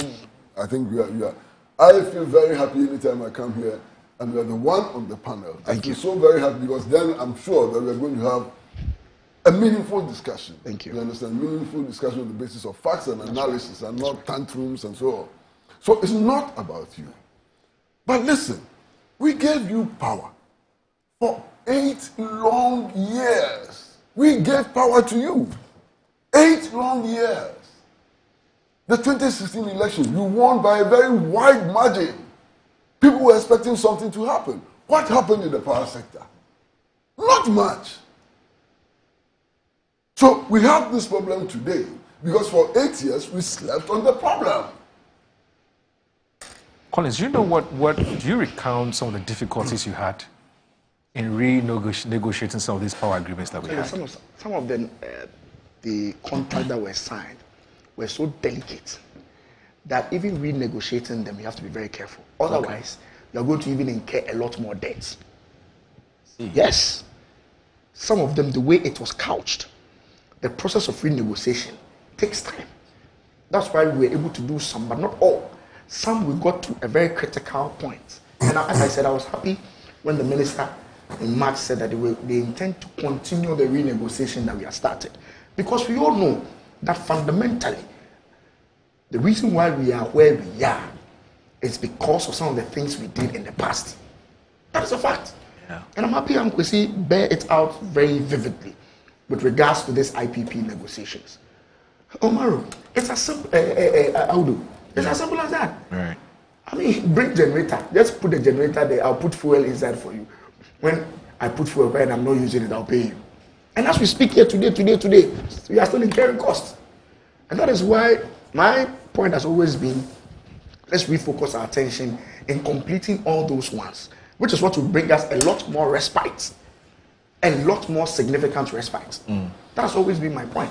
But of course, I mean, I'm going to talk about the 7-year development plan. I've not read the 7-year development plan, but of course, I knew I've heard about Nkrumah's vision, and sometimes even now we still quote Nkrumah, and talk about him so vividly, as if it's present day. I don't know what happened with all the government that came up, that we could not go back to look at what Nkrumah had started. But this is where we are, Moro. This is where we are. We have to find a way of going out of this mess. He talks about an interim measure. You see, if government had made the argument on the floor of Parliament, and we see that, hey, please, Ghanaians, in the meantime, let's support me with this, whilst I look at the bigger picture. We would have all understood. Right. But the argument was like, oh, the previous government advocated to her. This is what is going to solve the problem. Help us to do it. Knowing very well that this is not going to solve the problem. And that has been our challenge. Okay. That has been our challenge. Collins, let me ask you this. There's a problem which we have to identify. Okay. And it's clear, it's simple. Your government and this government are actually singing from the same hymn book. That's the problem. One of them may have a better voice than the other, but the hymn book is the same. Methodist hymn book. You haven't departed from the capitalist part. We don't know that for a fact, yes. You haven't departed from the capitalist part of development. We haven't departed from the neo-colonial path to enslavement. That is the problem. Right. And the two parties are comfortable with this neoliberal approach, to economics and so on. One of them may have a very sweet voice, the other may have maybe singing cacophony and so on. But the hymn book is the same. Right. All right. Thanks. And I guess that we would have to move on and look at some other issues. Now, what we intend to look at is about your party, yes. The New Patriotic Party. And we take particular interest in what happens in the NPP because you are an alternative, how do you call it, government in waiting. Not the alternative, yeah. Okay. And so we ought to scrutinize and criticize and have a conversation about what happens in the MPP. So you have two very, very important, programs. One this year, the other one next year. And one starts this Friday. So 18th, that's Friday, Saturday, and I believe Sunday, isn't it? Which is the conference. And then you have another one, which is next year, December 31, isn't it? Okay, where you'll be electing who leads the party into the 2028 elections. But ahead of all of this, there are issues. Now, you're arguably your most, what I call successful Dankwabuzia leader. And that's President Kufuor has some concerns. And we played a video this morning. Now, there are also others who are particularly upset and right from ab initio, from the very day the announcement was made, there have been some pushback. And it appears that that pushback hasn't stopped. Okay? And I'm talking about the January 31st, presidential primaries. All manner of articles have been written. I've read some of them. And we know the person, some of them are public figures. Some of them are aspiring to lead your party. So the likes of Boache, Jaku, and so on, Kennedy Japon, and so on, who have all said this 31st January thing, it doesn't make sense. And that you cannot build a house by roofing it before you start with a foundation, and all kinds of things that have been said. I have looked at a certain article. In fact, yesterday somebody sent an article to me, and I thought it was a very interesting one by one Jonathan Ofori. And perhaps in the course of the conversation, I'll read that article as well. Now, how, from where you know, I mean, you're not a member of the Functional Executive Committee. I doubt if you're a member of the NEC as well, right? By your party's own constitution, you're not a member of the party. At least you are a member of the party, and so you know quite a bit about what happens in there. So far, from where you sit, how is preparation looking like for Friday's event, this weekend's event, even before we look at the issues of the presidential primaries? Yes. The briefing I've received is that in terms of preparation, all is well. Okay. My constituency chairman informs me that he's received calls from the region as to how members who will be attending the conference will be moving from the constituency to the center. And most of them will be arriving on Friday. Accommodation has been provided for members who will be arriving on Friday. The program is on Saturday, and some may return immediately after the program or the following day. So in terms of preparation, my briefing is that everything seems to be on course in terms of transportation, in terms of security, in terms of venue, availability and all that. Everything seems to be in place. Okay. The committee in charge is being chaired by one of our very, very respected and experienced hands, Mr. Joe Seusu, who was a first Deputy Speaker of Parliament and a 3-time or 4-time Member of Parliament for the good people of the Kwai. Okay. And so far, preparation has been quite okay. Okay. We don't seem to have any hiccups in terms of the organization. I'm told the two former presidents who will speak at the conference virtually. Yeah, virtually. Because most of them, 2 of them are not in the jurisdiction. Okay. I saw His Excellency Nana Dankwa Akufo-Addo in the UK when Mr. Buhari passed on. Yeah. He went to visit the family to commiserate with the family. And so he will not be available, but he will be speaking to the delegate virtually. Mr. Kufuor, His Excellency, has also, I'm told, has confirmed to participate in that conference virtually. It would have been beautiful and nice if they were present, because of their stature, their stature within the party. I mean, Mr. Kufuor is the man. I always say that's the man. Yeah, he's the big man himself. When I watched the video, when I listened to his comments, yes, I was not happy. Why? I mean, this is President Kufuor, complaining that he had not received some briefing as expected. I know the party hierarchy has taken that comment in good faith and will begin to right the wrongs. That is if what Mr. Kufuor is saying is anything to go by. And I don't have any doubts from what Mr. Kufuor is saying. Even if you sent an invitation to him, based on the stature, there's nothing wrong even giving him a brief prior to the meeting, based on where he stands within the party. You know, and I think that is what he's complaining about.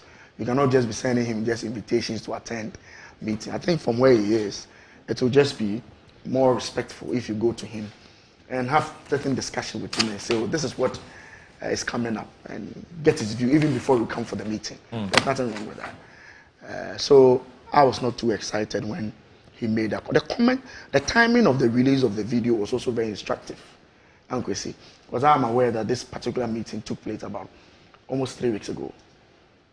3 weeks ago. You mean this interview? This particular meeting, the visit by Dr. Brian Champong to his office, took place about 3 weeks ago. How the video just popped up 2 days ago, a day before the emergency National Executive Committee meeting, was quite interesting. But be that it may, his comments should be taken in good stride. I don't think anybody should be upset about it. We should rather try to correct the wrongs if need be. I'm aware that he brought a petition for the conference to be postponed. That's what the General Secretary confirmed to Kwame Sefakan yesterday or 2 days ago. But National Council felt that they had gone too far with the preparations to have any change. Being a very dedicated party person, he has accepted the decision of the party and has even confirmed that he's going to participate in the conference on Saturday. That tells you his respect for the structures of the party, and that the fact that he has even brought a petition does not mean that he does not respect the overriding decisions of the party. And I'm happy that he has confirmed his participation on Saturday. That's a good thing, because normally when you listen to him, it comes out with a lot of wisdom, depth, which I know the party I belong to now needs that as quickly as possible. On the issue of early Congress, Moro, I'm very clear in my mind that we need a leader as quickly as possible. That I'm clear in my mind. I mean, what is going on within our party now is very clear that we need somebody who should control affairs from the top and say that, hey, let's move this way, let's go this way. We need somebody. But you have a leader. I'm coming. We need somebody like that who's going to lead that charge. And so I don't have any problem with any processes that aims to get us a leader as quickly as possible. Saturday's conference is going to put to rest the modalities. Saturday's conference is going to put to rest the modalities, because there's going to be a lot of amendments to our party's constitutions, which is going to lead to a tweak in the delegates that are going to take the decision. So Saturday's conference is very critical, because a lot of amendments have been brought up for an expansion of the delegate system and all that. That is going to feed into those who are going to decide on who becomes our flag bearer. I'm told the motion proposed for an early Congress was moved by Mr. Kwabena Japong. All right. Yes. He's been advocating. He's been advocating for that. That we need as quickly as possible somebody to be the arrowhead of the party. However, he thinks that the delegates that are going to decide on that leader should be expanded from what we have currently, which I don't have any problem with. And on Saturday, I'm sure the conference is going to decide on that modality for the early election of our arrowhead. But so far, from what I know, preparations are on course. The delegates will be arriving on Friday, hopefully on Friday. I wish all of them safe trip, and then Saturday we kickstart the program. And by the close of the day, I hope that at the end of the day, we will all leave this conference with our shared value as the team, rebuilding together with our values, our core values that we are known for. There's been some directive that the organizers have made clear to us that they do not intend to have, they don't want to see any activities that is geared towards promoting one particular candidate. Okay. So we are not going there with T-shirt of Dr. Mahmoud Baumia or T-shirt of Dr. Brian De Champon or T-shirt of Mr. Kennedy Japon and on the others. Whatever. This is a party national conference, and we are not there to support one particular candidate. Let's go as a team, decide as a team when the floodgates are open for campaign to start. I'm sure we can all wear our T-shirt to support our candidates. Yeah. I have three questions for you. First of all, what's the significance of this weekend's conference? That's one. Two, how many people are expected to attend? I'm told close to 6,000. And then thirdly, my understanding, in fact, you know Larry Dogwe, managing editor of the Herald newspaper, he just sent me a link to a story he authored today, or he published today, and he says the Herald has gathered that the opposition New Patriotic Party intends to postpone its presidential primaries, originally scheduled for January next year. The party is therefore considering electing a presidential candidate between June and July 2026. The decision expected to be announced at the National Delegates Conference on Saturday, July 19, 2025 at the University of Ghana Sports Stadium in Legon aims to give aspirants more time to disseminate their campaign messages and Ghana support across the country. Do you have any? I don't have any information. The last idea of National this? Council, our constitution is very clear. Okay.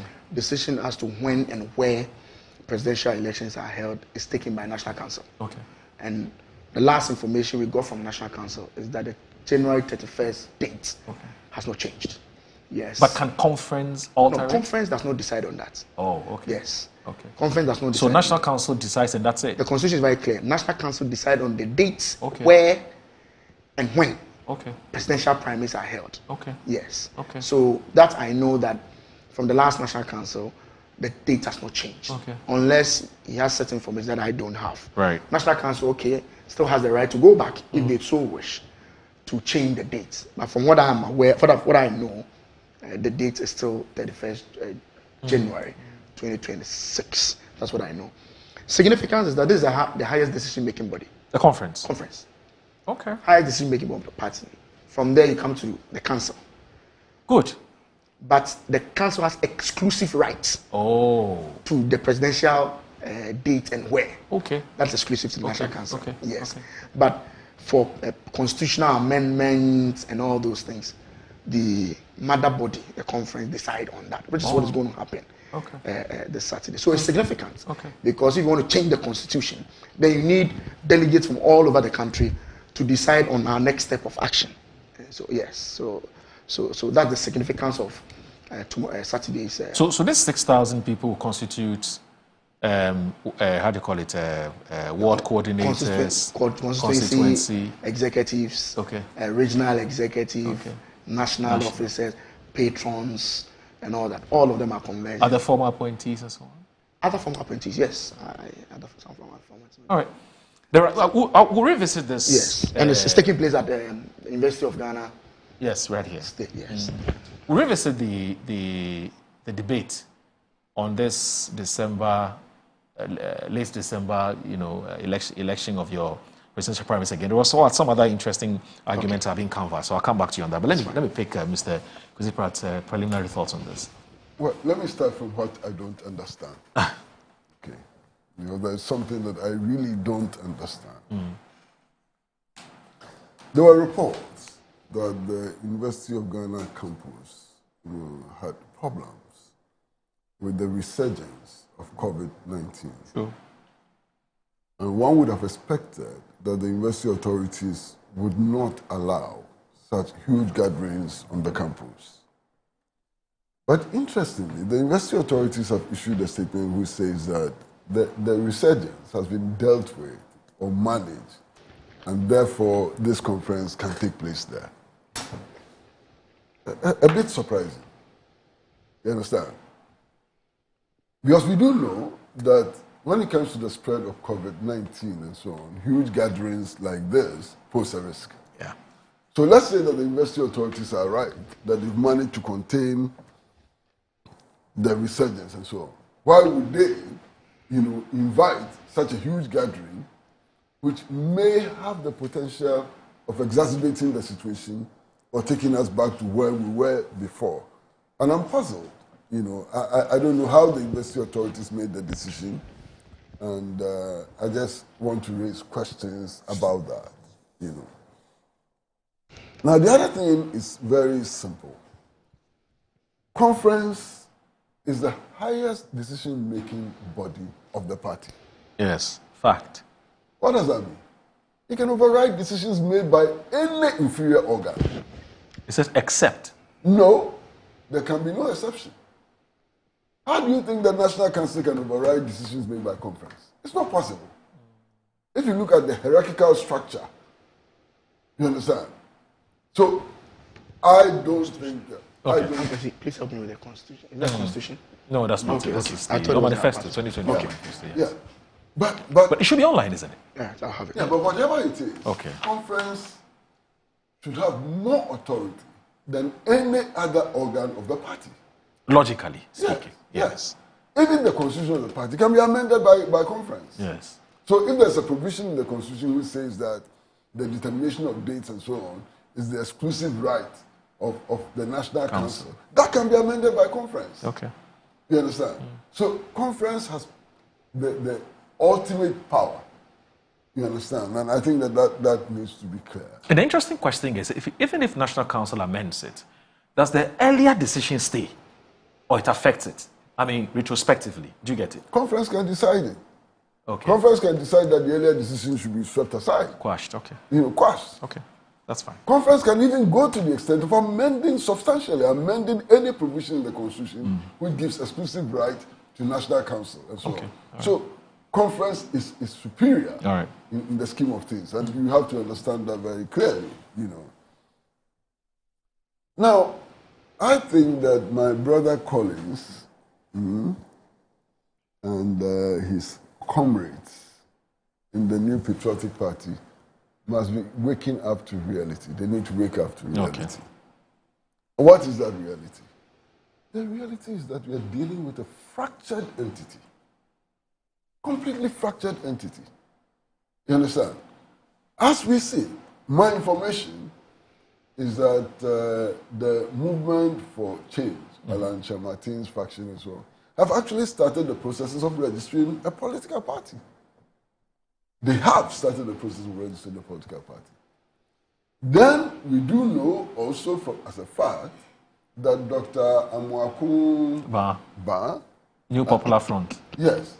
They have also initiated the process of forming and registering a political party. So there are all these structures within the party structure. And then there are the founding members of the party who, as a result of disagreements and so on, were kicked out. And there are many of them. And 2 days ago or so, Dr. Nyaho Tamaklo made a very passionate plea for regathering and so on. So this is a fractured entity. Okay? It is all right to say that, look, I mean, all these other forces can be ignored. Well, of course, Donado ignored them and became president of the republic, became presidential candidate of the party, and became president of the republic. But what happened? Eventually, it led to the crisis in which the party finds itself.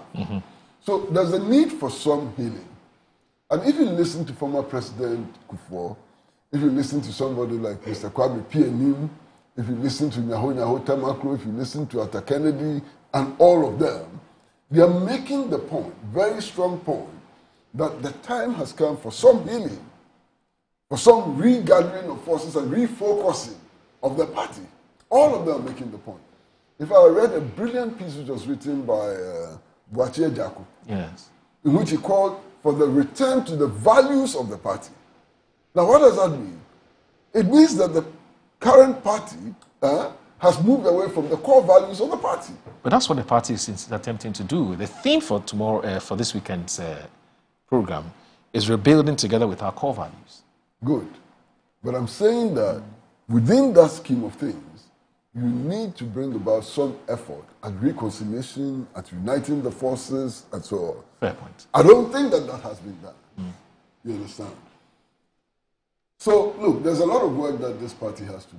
Quite apart from resolving these internal contradictions and so on, this party ought to show to the people of Ghana that it is serious, that it understands the problems we are facing, and that it has solutions to the problems that we are facing. That's the key point. As for the internal things and so on, it may be handled excellently, poorly, whatever. But ultimately, the people of Ghana whose mandate, whose power you expect to be handed over to, you must be convinced that you have an alternative program for resolving the concrete problems which we face. Now, what are some of the concrete problems we face? You know, and you know more than I do. The collapse of the cocoa sector. The collapse of the cocoa sector is a huge problem. Because we have been telling us over the years that cocoa is the mainstay of the economy and so on. It has collapsed under your watch. What can be done to revive the cocoa sector? That's one. Two, the power sector is in pain. It's really in pain and so on. What do we have to do about the power sector? The unemployment situation has not substantially improved. The current administration has launched the 24-hour economy. They claim it will bring some succor, for the unemployed and so on. I'm waiting to see. You understand? But the unemployment problem is still staring us in the face. What are we going to do about that? It is interesting, for example, that the rate of currency depreciation. Electoral galamsey. Have I finished talking? The rate of currency depreciation,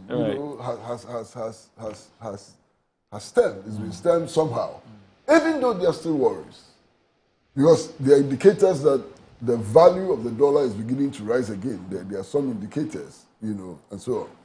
But then there are all of these problems that confront us. Galamsey, as you say, is a major problem. It has led to a situation where babies are being born deformed. Babies are being born blind, some without some of their organs and so on, as a result of galamsey. I mean, water. People are now having to buy imported water. I hope you've seen the imported water in the supermarket and so on. This is a huge crisis. Land degradation and so on. So we need to hear from the political parties whether or not they understand the problems that confront us, and whether or not they've thought through these problems and they have remedies. That's most important. I'm not hearing anything. All I'm hearing is we are opposed to the imposition of 1 cedi levy. Yeah, okay, fine. You can oppose the imposition of 1 cedi levy. It's your right. You have a right to do that and so on. But if you oppose it, what other measure do you put in place of that in order to be able to resolve the concrete problem that faces us? This is where we are.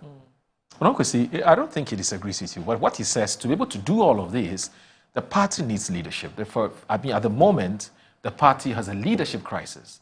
And until and unless the party elect a new leader, some of these things you're talking about cannot happen.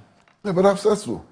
But I disagree, though. I think that the national chairman of the party is the leader of the party, isn't he? No, but listen. The national chairman of the party is incapacitated. His family has issued a statement to that effect. The party leaders themselves have made statements which confirm that he's incapacitated. Yes. You understand? Right. So, even on the basis of his incapacity, the party needs to have a new leader in the person of the chairman and so on, But then, in any part of the world, even in Konsumukaya, wherever, if a party leadership goes into an election and performs so badly, the entire leadership will be swept aside. You can't lead a party into an election and perform so disastrously and still cling on to power. In some other places, immediately after the election, they would have tendered in their resignations. You mean the executives, the national executives? Yes. Okay. Yes. In many other jurisdictions, as soon as the election results were announced, they should be resigning one after the other. But then somehow you have a situation where these same people are hanging on to office. And the indications are that they may even be managing the processes leading to the selection of a flag bearer for the party. That's a problem. Is that not a problem? Everywhere, anywhere in the world. I mean, I'm not talking about the New Patriotic Party alone. I'm talking about a phenomena which is known worldwide, a universal phenomena. If you perform so badly in an election, you go home. But Uncle, see, if it's about resignation, we don't have that. We don't have that subculture here. No, but we don't have that subculture here. I get where Uncle is coming from. I mean, these are genuine concerns. But the NDC went through similar problems. after the election in 2016, they lost by almost 1 million votes. That was historic at the time. Yes. But we are beating that record now. I'm coming, Ankwesi. At the time, you are beating that record now. I'm coming, Ankwesi. I'm driving the current record holder. See, I'll make understand. At the time. At the time, that was historic. Yes, at the time. The executive that led the party to that humiliating defeat, Esedun Ketia, then general secretary, was promoted to national chairman. They didn't resign. They didn't resign en bloc. I'm saying their party even promoted some of them to national chairmanship. From general secretary to national chairman. But now he's establishing a principle. You're not getting the point I'm making. I'm coming. I'm coming. I was going to say something, but I didn't also want to appear to be interfering with Collins' presentation. Yes, let me finish. Because every time you listen to Collins and his friends, say, but it also happened in the NDC. No, let me finish. I'm coming. The NDC, who is going to I'm not copying NDC. I'm going to make the point. The same thing happened. The point then we will stick with NDC forever. No, you can't stick to NDC forever. The point you made was that elsewhere, in any mature democracy, the result was enough for all the national executives to tender in their resignation. Yeah. I'm saying that the NDC, the people we are competing with, went through similar humiliating defeats. So you're copying them? No. Went through similar humiliating defeats. The same executive supervised the re-election of his Excellency John Dramani Mahama as the candidate. But does it make it right? Take your time. I'm coming. Let me. Okay. He's made a point, and I'm drawing my point. No problem. So I'm saying that it's not strange. It is not strange. Okay. The party's constitution, all the executive have a certain mandate. Yeah. Who told you that this same executive will lead us to the election in 2028? So it's not guaranteed. Absolutely. And the party is going to speak at the right time because they have a certain period to be in power. When the time comes for re-election, the delegates will decide amongst all the executives who performed well and who didn't, and who should go back and who should continue. That decision will be made. Just as the NDC made those decisions when they took put Opusam somewhere and brought it to Electoral. So a time will come for that decision to be made. But as we sit now, we need to get an arrowhead. Somebody who's going to lead the party. You know, all this campaigning going on, this one says this one. Once you have one candidate, who are you? Whether I support Baumia, if Kennedy is elected, whether I support Baumia or not, all of us have to go and support Kennedy Japan. If Baumia wins, whether I support Kennedy or not, everybody will have to go and support Baumia. If my very good friend Dr. Brian Champon wins, all of us have to go and support Dr. Brian Champon. That is democracy. And that's why I'm saying that for me, I am for every activity that will lead for us getting a leader as quickly as possible. Because I believe that now we need a leader. We need somebody who's to lead the ship and to steer us into the main election. I'm going to talk about our position on matters. Even on this platform, on this One Ghana city that I've talked about, I've preferred alternative issues. I've talked about the fact that government rather should focus more on completing the IPPs. I've said so. I've said that I am all for the reform going on in ECG. I've said so. So I've not complained about One Ghana city without providing any other alternative. I've done so. And once we have a leader, and the party is focused on one particular person, all this position, the position of the party will be clear to everybody. If you have a leader, you have committees doing this, the party's committee, health, everybody will be focused and will be professing solutions and alternatives, just as Ankwesi is talking about. Because indeed, where we are, we must demonstrate a certain superior capacity. But we can't come back. We may not be able to come back. What's our issue on Ghana? Say, how are we going to treat it? Yes, our flag bearer, our manifesto told us how we intended to do it when we come back to power. If we have a leader, he has the opportunity to espouse those points strongly. So I can assure you that all those issues will be made available.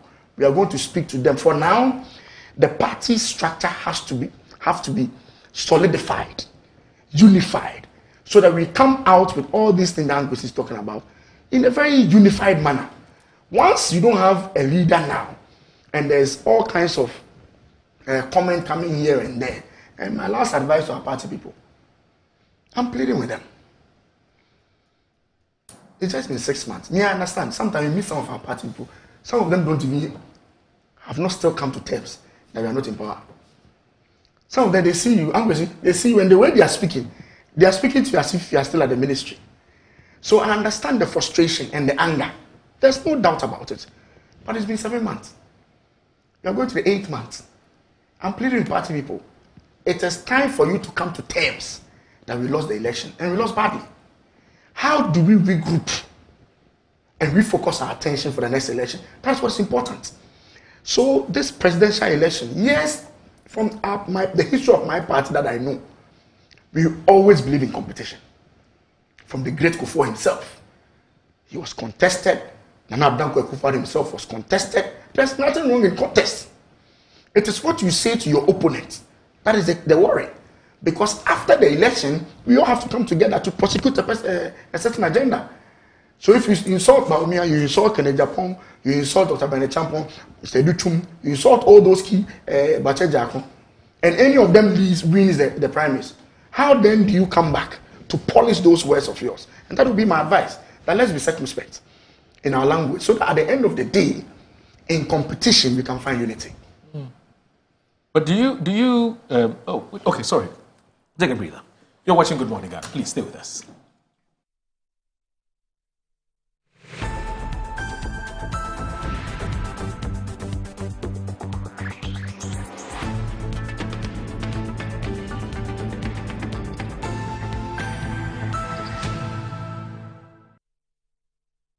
At Mycom JA Limited to show you the Promethean Active Panel, the ultimate tool for corporate institutions, hospitals, schools, and your home. With its crystal clear 4K display and an unbreakable screen with an ultra responsive touch technology, this isn't just a screen, it's a game changer. For corporate institutions and in schools, this active panel can be used for Zoom meetings and PowerPoint presentation. And your homes are not left behind. You can use it to watch all your favorite programs by just connecting to a Fire Stick, and you can get access to channels like Netflix and Amazon, and voila, you are in there. At Mycom JA Limited, we provide you with the best quality products from the United States of America with 1-year warranty. You can get an MGL Logistics and Supply is your trusted partner, providing seamless solutions for all your procurement needs.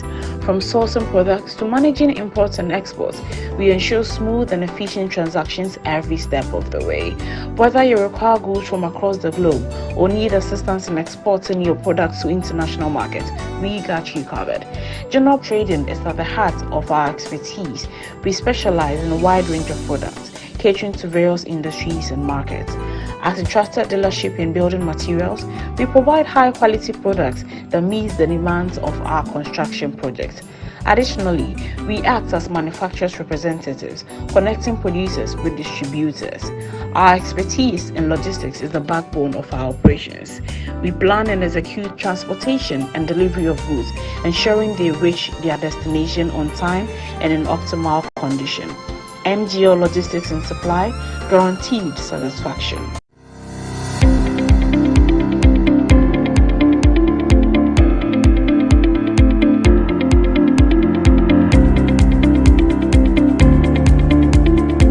Ebusiafo ye mama kwaba eba Children's Palace.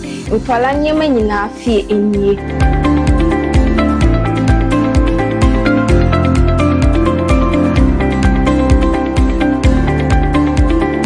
Yonkwala ntade mani mema nyina ntare nyina wase. Yonkwala shoes, yonkwala duane, yonkwala wipes, yonkwala diapers, yonkwala toys, baby coat. In fact, bibia opama omanyina obenye biwa ase.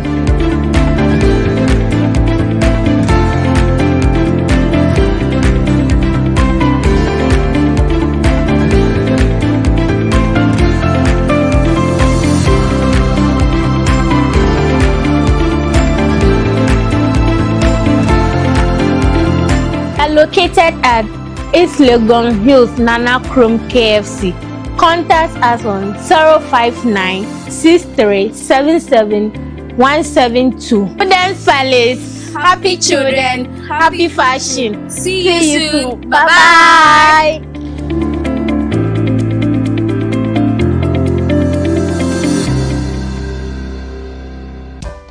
In my line of work, a confident smile is everything. Kel Charcoal Toothpaste keeps me on top of my game and ensures my smile is always radiant and bright. With the tiring nature of my job, we spend several hours under the scorching sun. To keep our teeth white and our breath fresh all the time, we use none other than Kale Charcoal toothpaste. Kale Charcoal toothpaste. You're on a Kessie and in a kit one.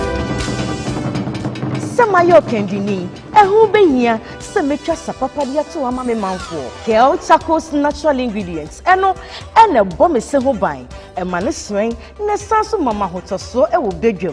Kale Charcoal toothpaste. Choose Kale Charcoal toothpaste for anti-cavity, whiter teeth, and fresher breath all day. Available in 80 gram and 150 gram. Grab yours today. Kale, happy smile. This advert is FDA approved. Tucked between the vibrant energy of Accra and the scenic charm of the Kwabenya Hills, our gated community offers the perfect blend of tranquility and accessibility. Welcome to Rehoboth Knightsbridge, where nature meets opportunity. Secure your future with fully serviced plots with well-tarred roads, reliable drainage systems, electricity and water. Build your dream home in a community that cares for your well-being and safety. Indulge in premium amenities that redefine luxury living: a swimming pool, tennis court, basketball court, sauna and steam in the iconic shopping mall, all within reach. It's more than just a space. It's your sanctuary in the city.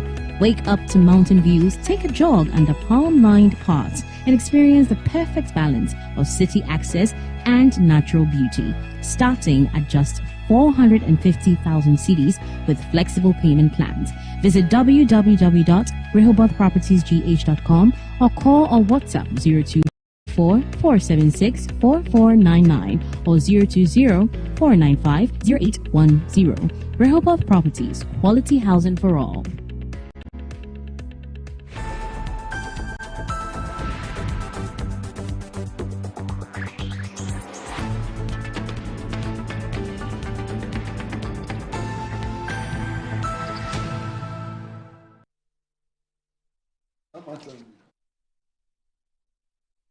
You're live on Good Morning Ghana on Metro Television. The show is also live on 94.1 FM. With me here in the studio is Mr. Kwesi Pratt Jr., who's the managing editor of the Insight newspaper, and also Collins Adomako Mensah, who is the MP for Efija Kwabre North. Kwesi, there's something you wanted to say before we took that breather. Yeah, I mean, the point I wanted to make was that my brother Collins appears to have some long-term vision. Okay. You know, some long-term solutions to the problems which confront us in the energy sector. For example, in the energy sector, he's talking about renegotiating with IPPs and so on, you know. But you see, when I talk about the fact that there's no alternative solution, I'm talking about the now. Now! We are in crisis right now. It means what do we do? We need stopgap measures to get out of this. Okay. You know, as they say in Tree, and so on. Yeah. You need to get out of the cranny. Right. So this is not the time for talking about long-term vision and so on. What do we do today, tomorrow, and the next day to stay alive so that we can begin to think about long-term vision and implement long-term visions? That is where the deficit is. Okay.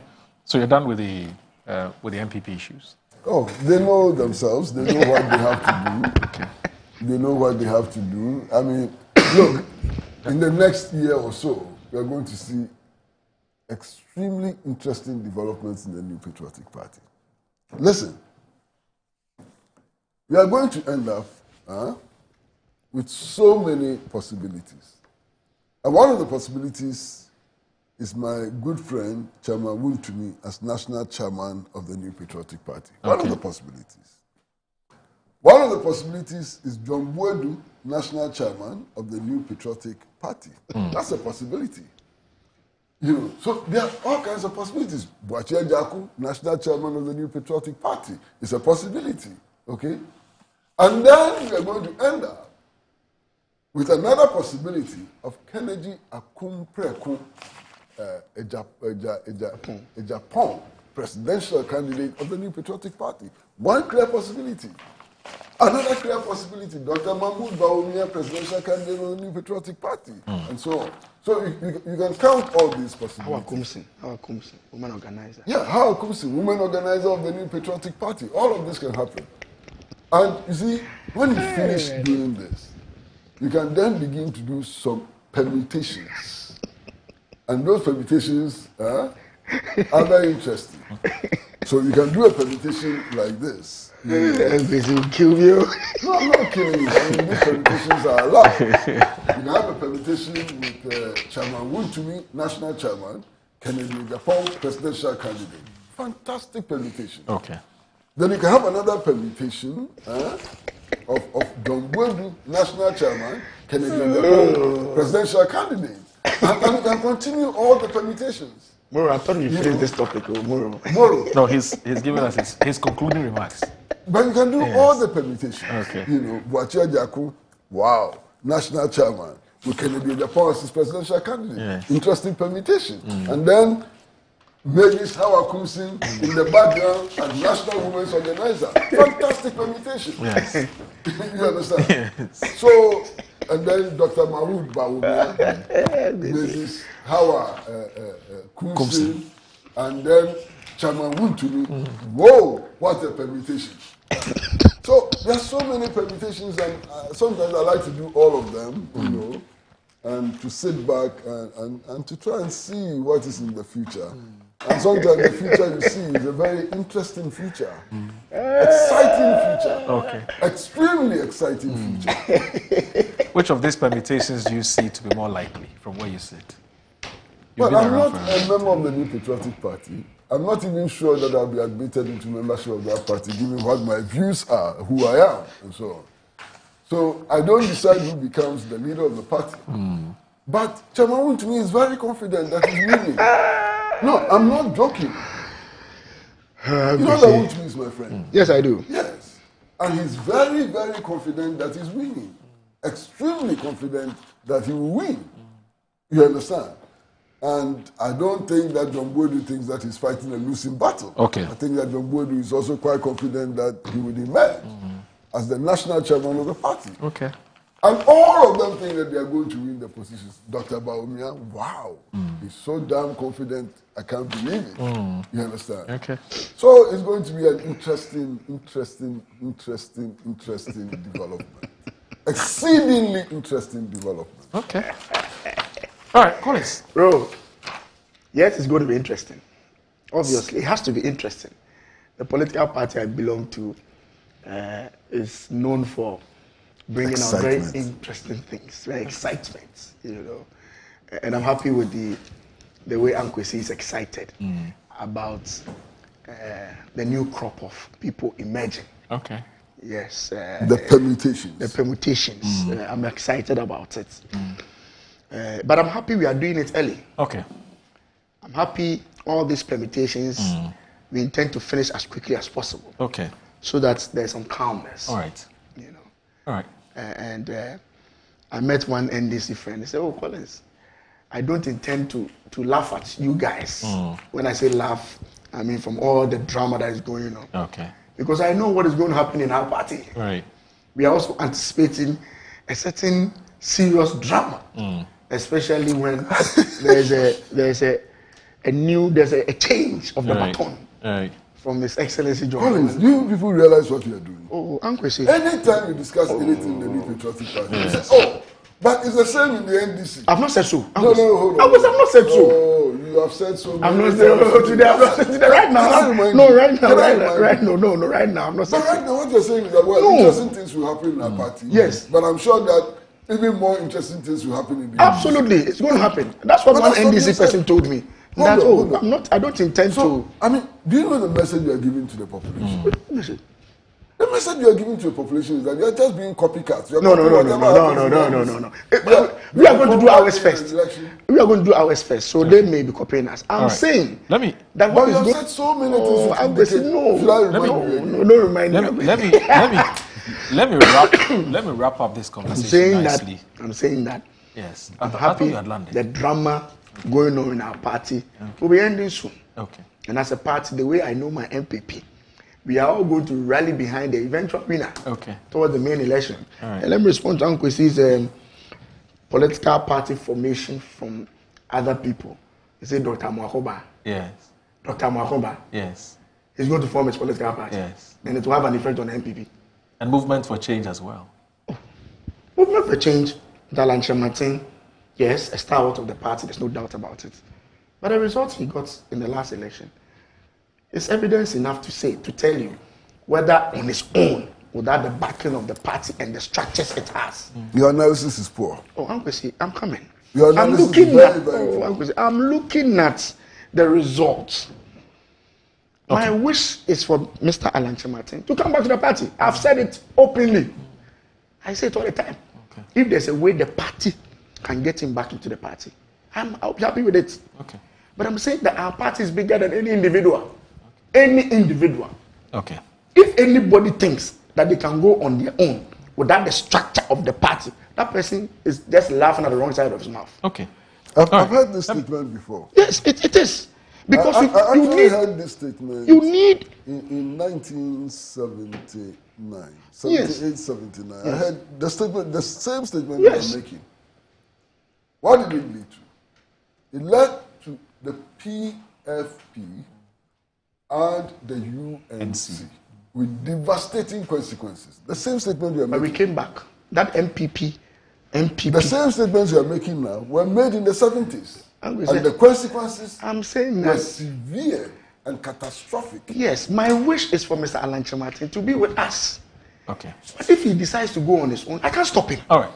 But I'm saying that anybody who thinks that you can leave the party and be as strong or stronger than the MPP, the elephant family, they're just joking. All right. So let's end this conversation with this article by Jonathan Ofori. And I won't be able to read everything, but I read some aspect of it. Now, so Jonathan Ofori is a columnist, and I was reading this article that he authored yesterday, and I thought I should share. MPP big wigs revolts over top-down flag bearer election plan. He said the upcoming primary is seen as a pivotal moment for the party as it begins preparations for a potential return to government. The New Patriotic Party is facing internal pushback over a proposed reform that would, for the first time, see the party elect its flag bearer before choosing national, regional, and constituency executives. The reversal of the party's usual bottom-up electoral structure is being described by critics as a top-down approach and is drawing strong opposition from some of the party's most prominent members who are accusing certain elements of pursuing a self-seeking agenda. It would be recalled that in June this year, the MPP announced that it has fixed January 31, 2026 for the presidential primary for the 2028 election to precede national, regional, and constituency elections. The decision was taken after the National Executive Committee of the party met on Tuesday, that's 17th June. The General Secretary of the party, Justin Frimpong Kodia, told the press after the meeting that the decision was subsequently endorsed by the party's National Council. The upcoming primary is seen as a pivotal moment for the party as it begins preparations for a potential return to government. Now, it then goes ahead to cite some party bigwigs who have some interesting reservations about the date. It's the Deputy Protocol Director of MPP, Kwabena Frimpong, the Deputy Protocol Director of the MPP, described the proposal as a betrayal of the party's foundational values.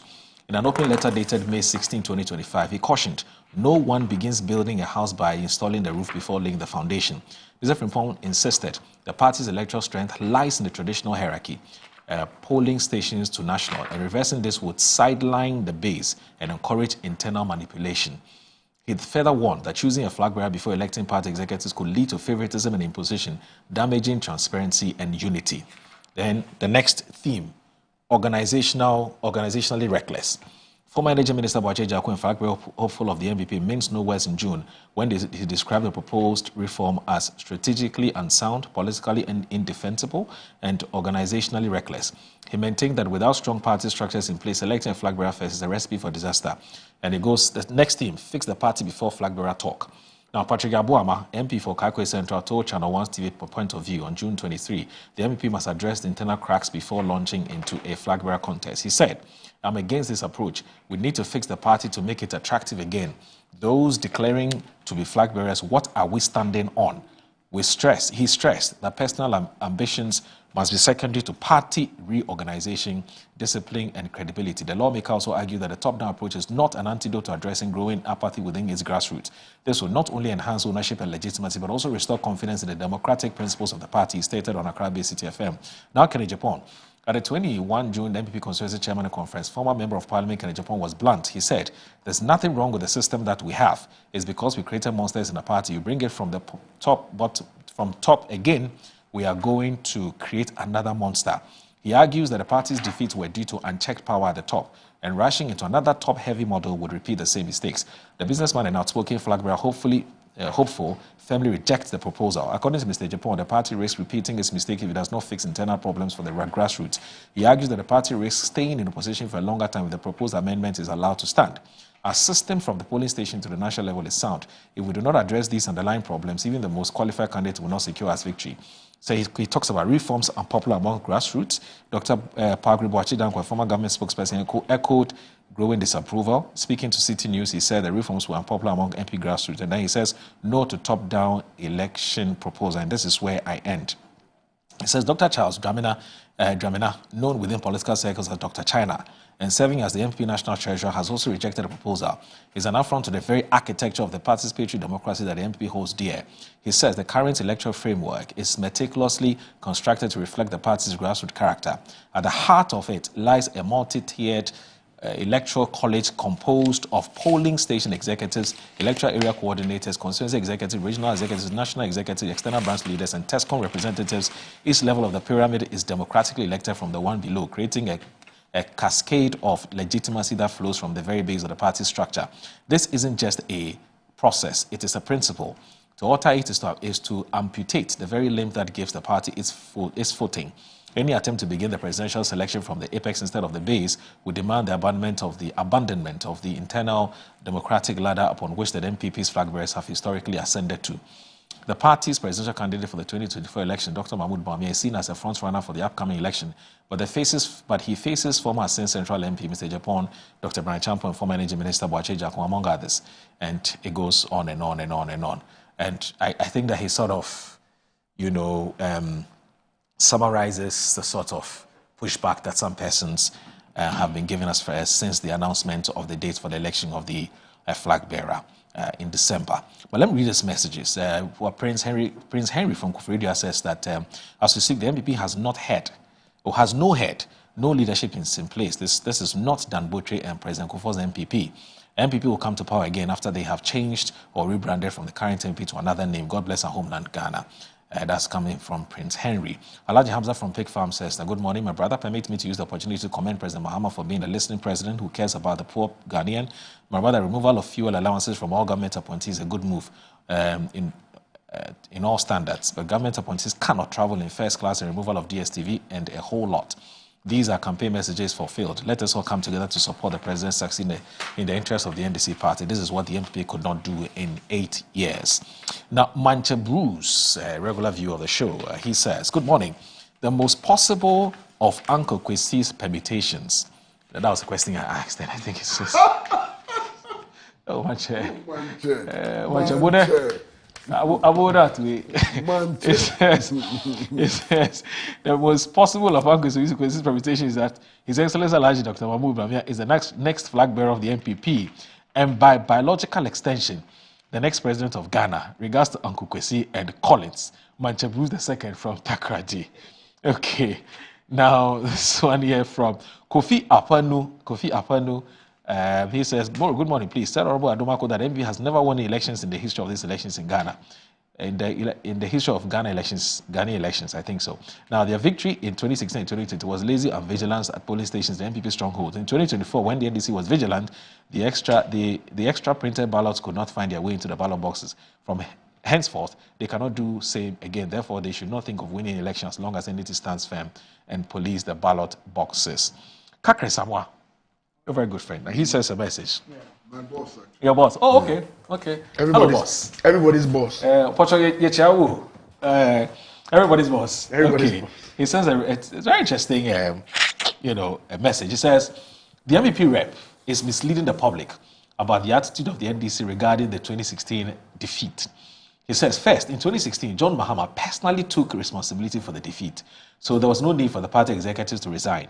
In any case, the party chairman at the time, Kofi Botofi, didn't even contest at the subsequent contest in 2018, and also Ampof was elected as chairman. Second, the election of Asidun Ketia as NDC chairman was not almost immediately after the 2016 defeat. Asidun Ketia was re-elected in 2018 as general secretary and became the chairman in 2022. Right. Third, Rishi Sunak resigned as Conservative Party leader after after the loss in 2024, paving the way for the election of Kemi Badenoch as party leader. The NPP has a duty to learn from best practices and not justify their bad practices with inappropriate and incorrect history. But our senior brother. Let me do these three more. So, Prosper Ashikwe, who is a Asylum Down based, he says, "Bora, I always love to see Honorable Collins and Uncle on the show. It's refreshing to watch people who want to go extreme defending wrongs. However, opposition is beginning to have some little effect on Collins, and it's allowed. My concern today is not about the discussion so far, but on a matter that's pertinent and important for our viewers. Farting or flatulating. This is English language. Farting is a natural human phenomenon that is not publicly acceptable in Ghana. Now, including that in any production respectfully lacks respect of its targeted class. TV productions for advertising purposes should exude absolute respect for viewers. I believe that media houses, as a matter of principle and objectivity, are equally obliged to do proper vetting and censorship before airing an advert that has a woman farting on a mosquito. I believe that this particular advert is beautiful, considering the blend of fancy and English narration, but can be reviewed to exclude the farting on a mosquito. We seem to have downgraded advertising in Ghana. It didn't used to be like this in years past. I speak as an advertising practitioner for over 2 decades. Good morning, Prosper. I don't know which advert you're talking about. Anyway, I can understand why you don't want to mention it because of ethical issues.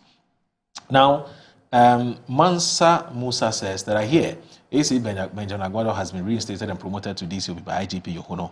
On a personal note, I'm happy for Mr. Aguado. Perhaps he deserves his reappointment into police force. But it must be pointed out that what Ghanaians seriously want and need is not this musical chair merry-go-round changes in personnel. What Ghanaians are asking for is a police department that is fit for intended purpose.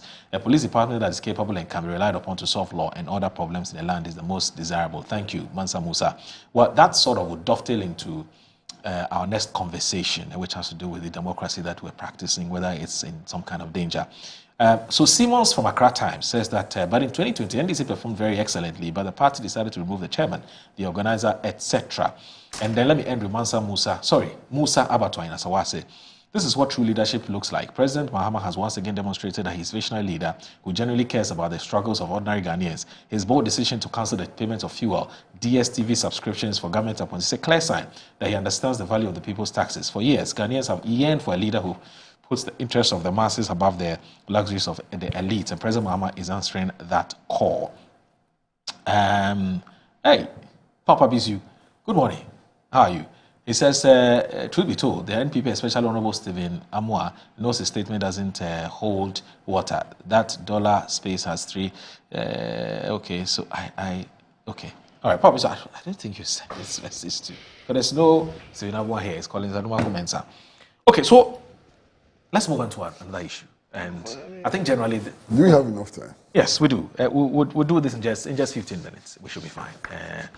But generally people feel that there's a certain culture, a subculture which we need to nip in the bud. Otherwise, our democracy would be in danger. It's about electoral violence, which appears to be a cycle of electoral violence, which is tied to political vigilantism. And what we're beginning, it's increasingly we are struggling to deal with this because we resort to violence as a currency anytime there's an election, especially when it comes to by-elections. And we need to find a way around this. Already we've heard the NPP say, well, Akutia is right ahead of us, and we would pay the NDC back with what happened in Ablekuma North. Now, the thing about Ablekuma North is that I don't know whether you, Uncle, that was a paper you took from me, but there was a story about Nane Ewusu Free herself, who has rendered an unqualified apology to the party for defying the party orders. I believe I saw that story in today's what's the name? Is it Accra Times? Yes, I was looking at it a while ago, and then it must be one of the, I think it's Daily Posts, I believe so. Yes, but she's rendered an unqualified apology. I don't know what you know about that. And also, Hawa Kumsing herself, she's been talking since the incident. And we're told a former Ewotu Senya East MP, Mavis Hawakumsing, has broken his silence after deploying pepper spray during the tumultuous Ablekuma North Parliamentary rerun last Friday, that's 11th July, stating her actions were a protective measure amid a life-threatening situation. The election day descended into disorder at the St. Peter's Methodist Church polling station following reports of unidentified men overpowering police and assaulting voters and officials, including Kumsin. Viral footage captured her, reaching for a canister and deploying pepper spray as a group of men advanced on her. In her first interview since the incident on Accra's UTV on Tuesday, Kumsin told viewers that she had arrived at the center with her security team, but was compelled by police to enter alone. And I quote her, "I did not go there to cause trouble." Kumsin alleged she was targeted by individuals she recognized from Kaswa linked to the opposition NDC. One of them shouted, "Where is Hawa Kumsin? Where is Hawa Kumsin?" And they pounced on me, she recounted, dismissing suggestions that the action was premeditated. The claims that I went there with ill intentions and carried pepper spray for that purpose are unfounded. And describing the incident as terrifying, she added, "My son was stabbed during the voter registration exercise, so I know I'm a target for the NDC. When I saw the thugs walking toward me holding knives, I acted in self-defense, while several forces, including MPP and NDC figures, have exchanged accusations over the day's violence." Kumsi remains steadfast that her only intent was to protect herself in a volatile environment. And I'll do this in just 30 seconds. The rendering of the apology by Nana Ekwe-Usefrie.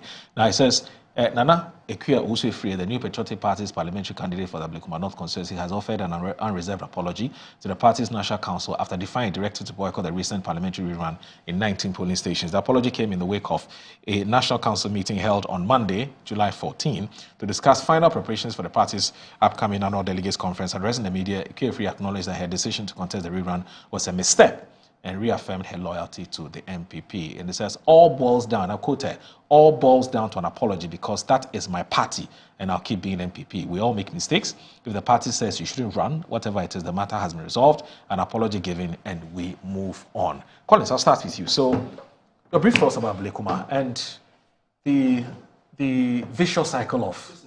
This is so disgraceful. Really? It's completely disgraceful. Okay. I mean, anybody who watches or see what we are just seeing on this screen or was even a witness to what happened. Okay. I mean, it's disgraceful. It's shameful. Policemen standing, seeing macho men bulldozing their way through. You can see and attacking people and all that. I don't think this is what we need as a country. The fear I have, Uncle C, is that having discussion with even colleague members of parliament, it seems that we are getting to a point where every member of parliament is thinking of how to protect himself and his vote in 2028. That is my fear. Right. I mean, yesterday I was listening to Uncle in one of the other platforms. He says the fear is not even Akwetia. The fear is 2028. Absolutely. And the way, the thinking. And I'm saying this live on television, speaking among ourselves as MPs. The thinking of even members of parliament is actually, now all you do is make sure that you protect your ballot papers. How do you do that? Because nobody's having confidence in the police now. That's my worry. You know, and it's so shameful. I had a similar incident in my district, DC confirmation. Locked up the assembly members. They locked them up for like 4 hours, tags entered, tearing papers, just for just 22 people going to vote for a DC. And if the phenomenon continues like this, yes, you fear for our democracy. I fear too. It's a big, big problem. What happened at Ablekuma for 19 polling stations? 19 polling stations. You can imagine what will happen when the whole Ghana is about voting. You know, so I condemn it in all uncertainty. I was happy when I heard Mr. Fifi Kwete, the General Secretary of the party, condemn it. Unfortunately, other leading members of the same political party were making some very, very interesting comments about it. I mean, justifying it because of previous incidents. And sometimes when I come on TV like this, I'm so free to speak because I was bold to condemn it during our time. I didn't have any issue with it at all. And so today I shouldn't have any issue in condemning it. It becomes a problem when you supported what happened some few years ago and today you are trying to condemn it. That becomes a problem. But we can't continue like this. There has to be a time where both political parties come to terms to understand that this thing cannot continue. It simply cannot. You cannot just get macho men, disrupt a process, steal ballot papers, steal ballot boxes, destroy government property, and then at the end of the day, there's going to be a by-election or a re-election, and you get an opportunity to come to Parliament. It simply doesn't work that way. The same area where Hawakubu was attacked, that was the same hotspot during the 2024 elections. What measures did the police put in place to ensure that we don't get to this level? And I think you saw the commander, the Adenta commander, slapping a journalist, a police commander. Police commander boldly slapping a journalist. What's the crime? Moro. You're having an event, you've invited journalists to come and cover, accredited journalists, and you're beating them. That's terrible, eh? I heard one journalist saying that next time, we will not even go and cover. Do whatever you want to do. Because if you come and you're going to beat us, what is the essence of coming there? Yeah. You know, so let's condemn. I condemn what happened. I have condemned what happened there. During our time, ayahuasca and all that, I did so. I was open about it, and that is why I'm so free and confident to condemn what happened now. Yeah. Okay. Well, I mean, I've been listening to public commentary on political violence, and sometimes I get the impression that we think that it's a recent phenomena. It is not a recent phenomena. You know, if you go back into our history, and I'm talking about recent history, I'm not even talking about, you know, ancient history. You recall that in 1951 or thereabout, you know, Kwame Nkrumah used to live near the Malata market in Accra, in a brick house in the Malata market. The house was bombed. He was there with his mother. There was an attempt to kill Kwame Nkrumah and his mother, Madam Yaniba, near the Malata market. And there have been many other incidents. I mean, Dr. Tony Edu, for example, tells the story of a woman who was captured by the opposition to Nkrumah in Kumasi. And this is early morning television, so I have to be very careful with how I describe it. You know, and her legs were spread apart, and her private part was pounded with pistol until she died. You understand? Accra Sports Stadium, innocent school children. People went and dropped bombs in the Accra Sports Stadium. It killed many people and so on. So the violence we are seeing now is nothing compared to the violence in our history, the political violence which was unleashed in our history. In any case, 1966 coup. What political event was more violent than the 1966 coup? I was a little boy and I saw what happened. I saw what happened in the Kanda estates, where military men just moved, they pointed the nozzles of their armored vehicles into people's houses and brought down refrigerators and everything. I saw that kind of violence, you understand? I saw it with my own eyes, and so on. So, political violence is not new. But the fact that it's not new does not mean that it should be encouraged. I think that it should be discouraged. It should be discouraged because it represents the worst in our politics. It's a trend towards fascism. It's a trend towards, you know, unthinking, excessive stupidity in our politics. Politics no longer then is about alternatives for national development and so on. It's about who has the strongest arm or who has enough resources to mobilize stocks and so on. And that kind of politics would not lead to our development, so we need to discourage it. Now, what is worrying for me is that there's a by-election coming up now, and you should listen to the political party leaders. The rhetoric. Yeah, the threats. You know, I heard one of them say that as for him, he's ready to slap anybody who comes near him and so on.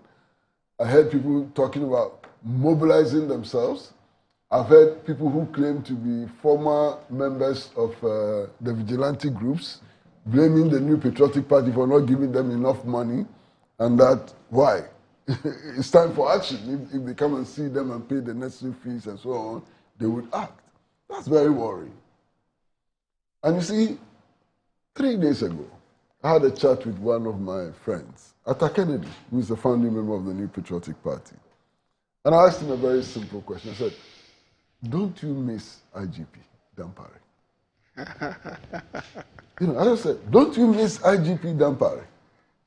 At least the last 2 by-elections which were conducted in this country, peaceful. The police behaved so maturely and professionally. You understand? Now, that's a challenge for the new IGP.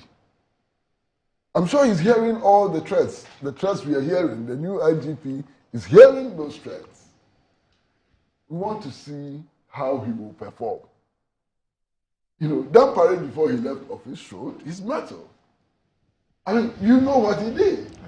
I mean, the by-election which brought Jechi Kwesi back, you saw how he mobilized his forces.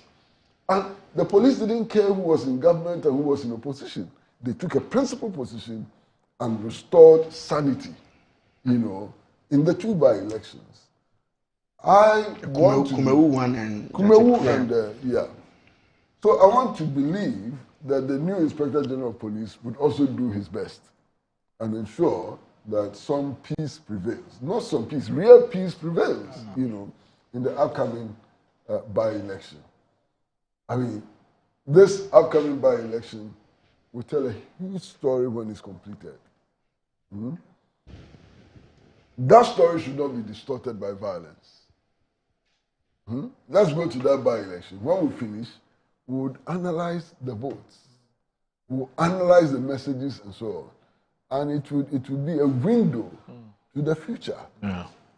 But if there's violence, all that will be destroyed. You can't do any serious analysis. Yeah. We tend to focus on the violence and so on.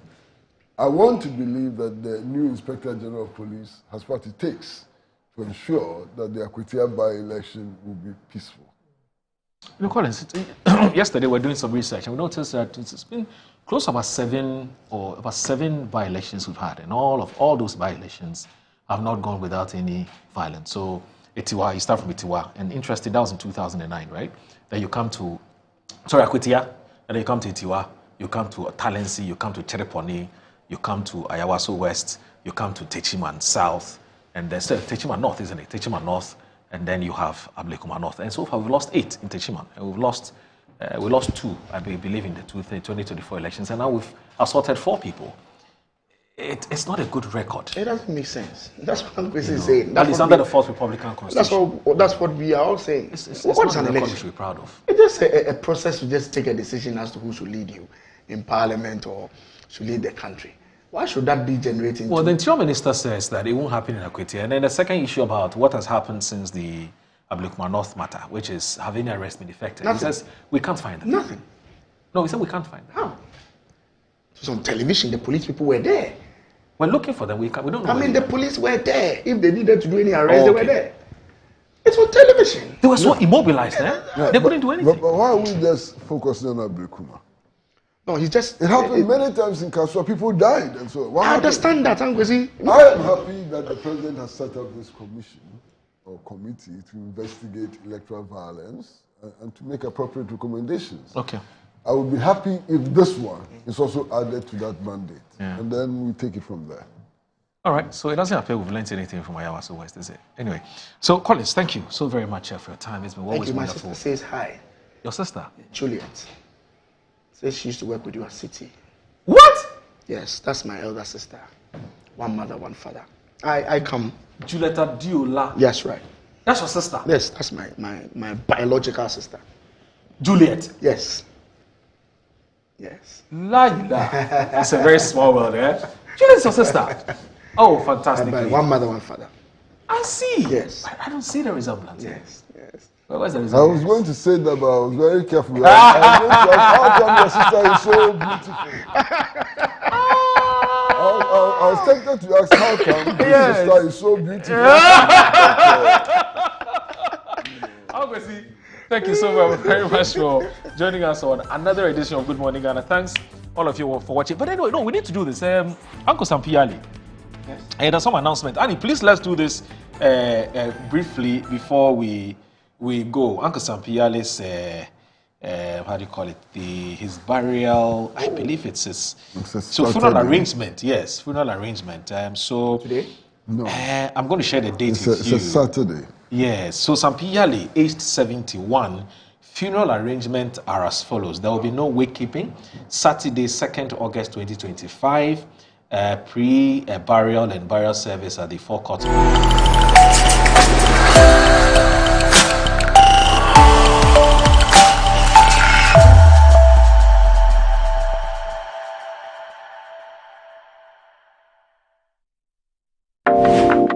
Are you a Ghanaian business ready to conquer new frontiers? From October 23rd to 25th, 2025, Ghana First Europe is your direct bridge to the lucrative Dutch and broader European markets. This is the ultimate platform to showcase your high-quality Ghanaian products and services.